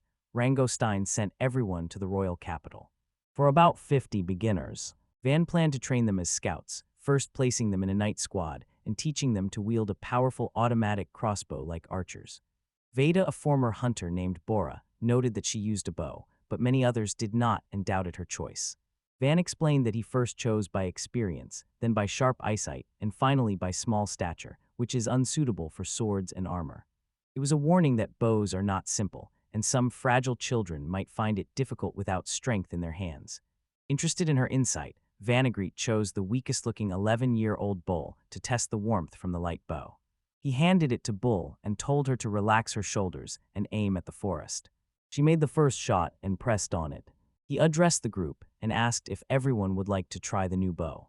Bora, overwhelmed with admiration, went first and was impressed by its quality, saying that it could destroy a high-class monster.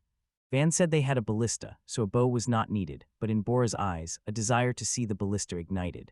Van feared she might cause trouble. He planned to appoint an experienced captain, but now doubted whether Bora was suitable for the position.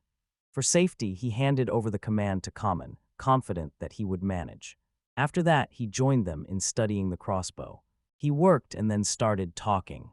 Thinking about how to simplify this for users, Alti watched as he muttered to himself, and noticed that he seemed to like it.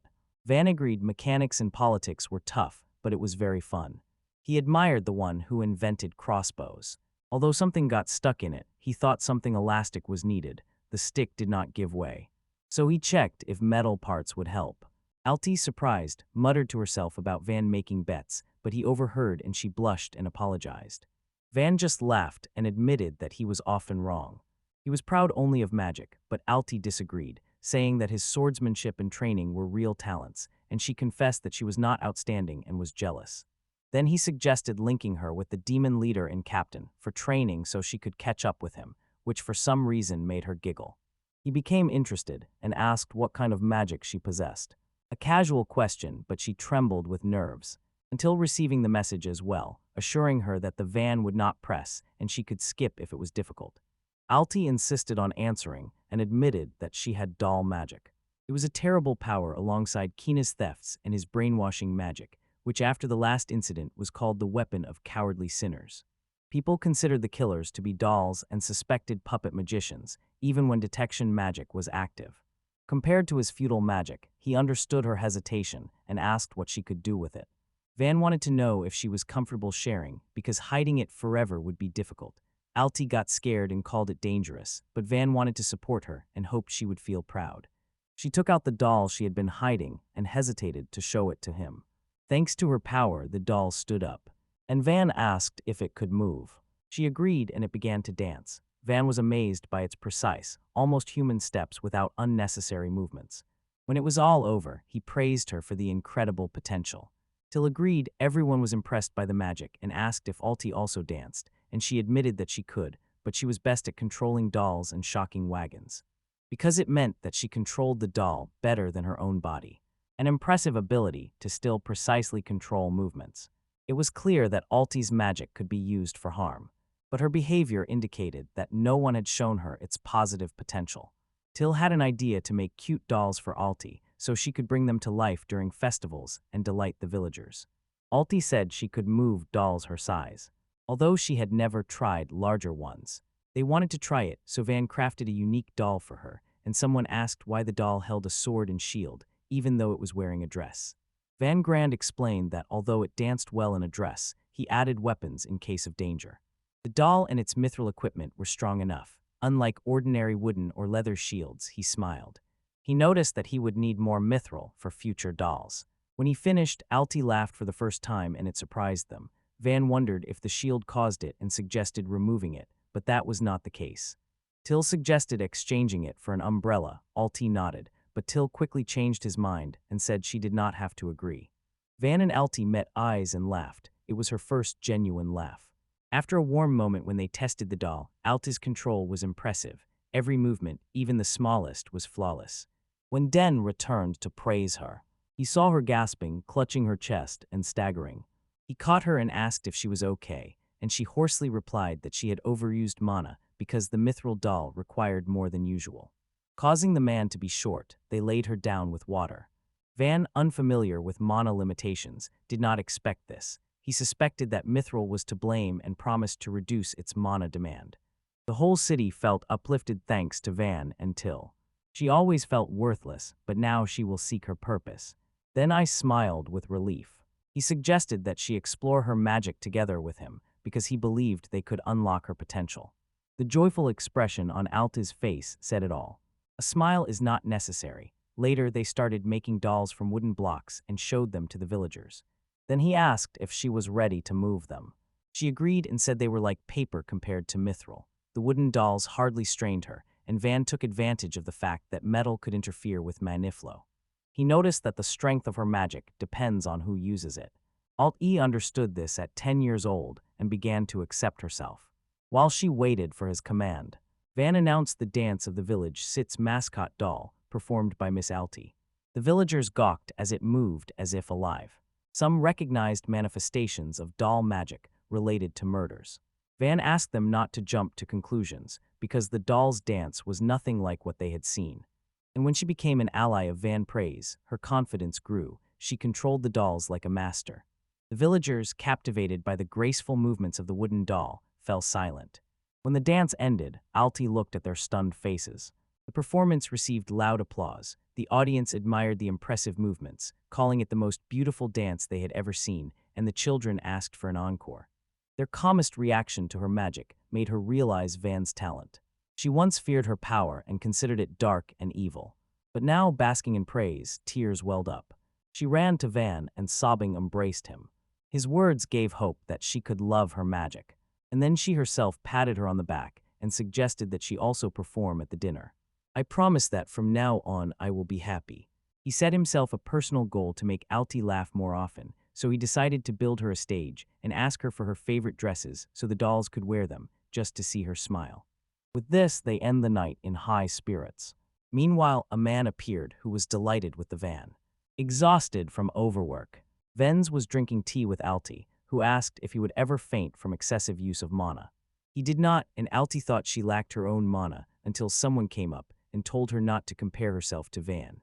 Mana was not visible, so those inclined to the elements were tested by counting average or high-level spells or checking how long they could maintain weak ones. Some possessed all 4 elements but only created low-level spells, while mastering high-level ones like Panamura or Asada was rare, and Vankas could maintain high-level equivalent spells for hours, which everyone considered unheard of.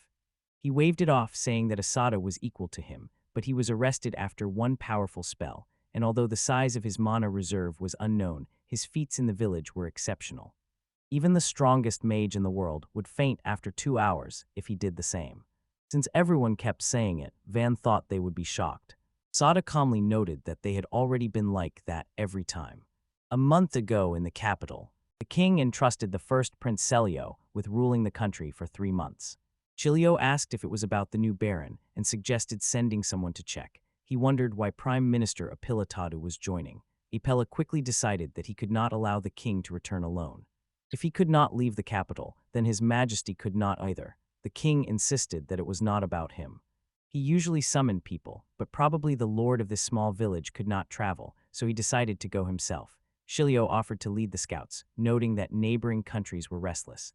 They could strike at any moment. They were probably assessing border lords, those who had power. The nobility, main troops, or mages were important, because a village of 100 people that killed a dragon meant a lord worth meeting personally. Saikyou, sharp like his father, attractive and popular, could become a great lord if properly guided. But he was too eager for peace and never prepared for clashes with rivals. Peace was an ideal, but when other states were building up forces and looking for opportunities, hesitation could ruin them. The king knew that strength was the shield of their land. The king noticed that Pista and this new lord were the same age. Pista loves swords and horses but was little interested in politics, so this lord could awaken interest in him, and he thought it would be a useful lesson, so he took him along. Turning to Chilio, the king recalled that at his age it was hard to work so intensely as a king. These 3 months should be a lesson, and he asked Chilio to do everything possible as the acting king. And with that, they set out from the capital. It had been a long time since the king last traveled for a long time, and it reminded him of his youth when he could wander freely without royal preparation. They could not hide the accompanying ships, so they could not secretly observe the lives of ordinary people. Everyone fell to their knees at the sight of the royal coat of arms, lay face down on the ground. Some stood up for a moment, but they were quickly forced to lie down again. It made sense, but the king was tired of it. He did not want to rule through fear, because losing respect could weaken his power. But fear also revealed conspirators, and although punishing criminals was necessary, he found it boring.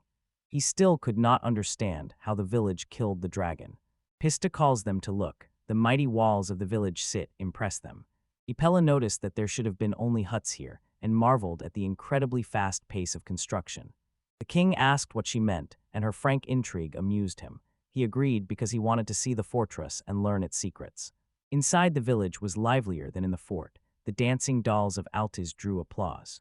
Children played with them and she shone. Her magic was successful, though she was helped a little, and she was delighted. She trained every day, honing fine control. And Van was glad that the villagers accepted it and were not afraid. Then news came of the arrival of the Ornish carriage, which looked especially majestic from the fort.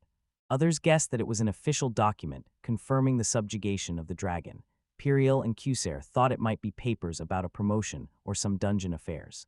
The peasants chatted out of curiosity, some hoping for another barbecue now that Van had become a baron. Van overheard and said it would be in the evening, and the people rejoiced, preparing the grill. Too early, but he missed it. They mostly survive on vegetables and fruits. He noticed the royal coat of arms on the carriage and suggested gathering everyone. The mechanical crossbow team occupies places in villages at night, and the point is night. Over 100 people. Their equipment combined wooden blocks and iron for versatility, and iron shields, mithril swords, and long spears were ready for anything. Ben Bryn confidently and enthusiastically greeted the official who wanted to offer his time. When Van, who had now become a baron, kindly opened the gates, the first figure he saw was Panemura, and it stunned him. Hit him hard, although she joked that his reaction was too restrained and asked if he had found another woman. Van stammered, was stunned, and said he was getting closer to Alti, and Alti ran up and warmly greeted Panemura and bombarded her with questions about travels. Panemura, noticing the glow on Altis's face and in his eyes, demanded to know what Van had done, jokingly asking if he had used mind-washing magic. Van explained that Alti lacked faith in her own magic, so he showed her how amazing it could be. Panemura became serious upon hearing Alti talk about her magic for. She pinched all those cheeks and said it was cool. Then he laughed, nicknamed Van the Magician, and left the fun for later. She told him to bow properly, as a baron should before his majesty. He froze, nerves twitching, when King Danim approached, and could not believe the king was here, so far from the royal capital. It was real. King Dano of Shura introduced himself, welcomed Van among the nobility, and urged him to show how his knowledge and power could enrich the land. He expected great achievements for the kingdom's development. Kneeling, Van silently doubted whether the king could manage the capital at all, and King Dino said he had heard about Van's dungeon discovery, that an investment guild team would arrive soon, and Van should fully inform them. The report would reach him, so there would be no lies. He praised Van's conquest of the forest dragon at auctions. He said night should have fallen, but strange messages required his personal visit, so he interrogated Van thoroughly. And asked if he objected. Van raised his head and promised to answer honestly, but asked the king for a promise. Surprised simultaneously by Van's denial and mature response, the king listened carefully. Van said he would tell everything, but it might sound incredible, so he asked the king to promise to try to believe him. Ipella smiled, and the king, stunned, expressed his amazement. Then he agreed to try to believe Van's story.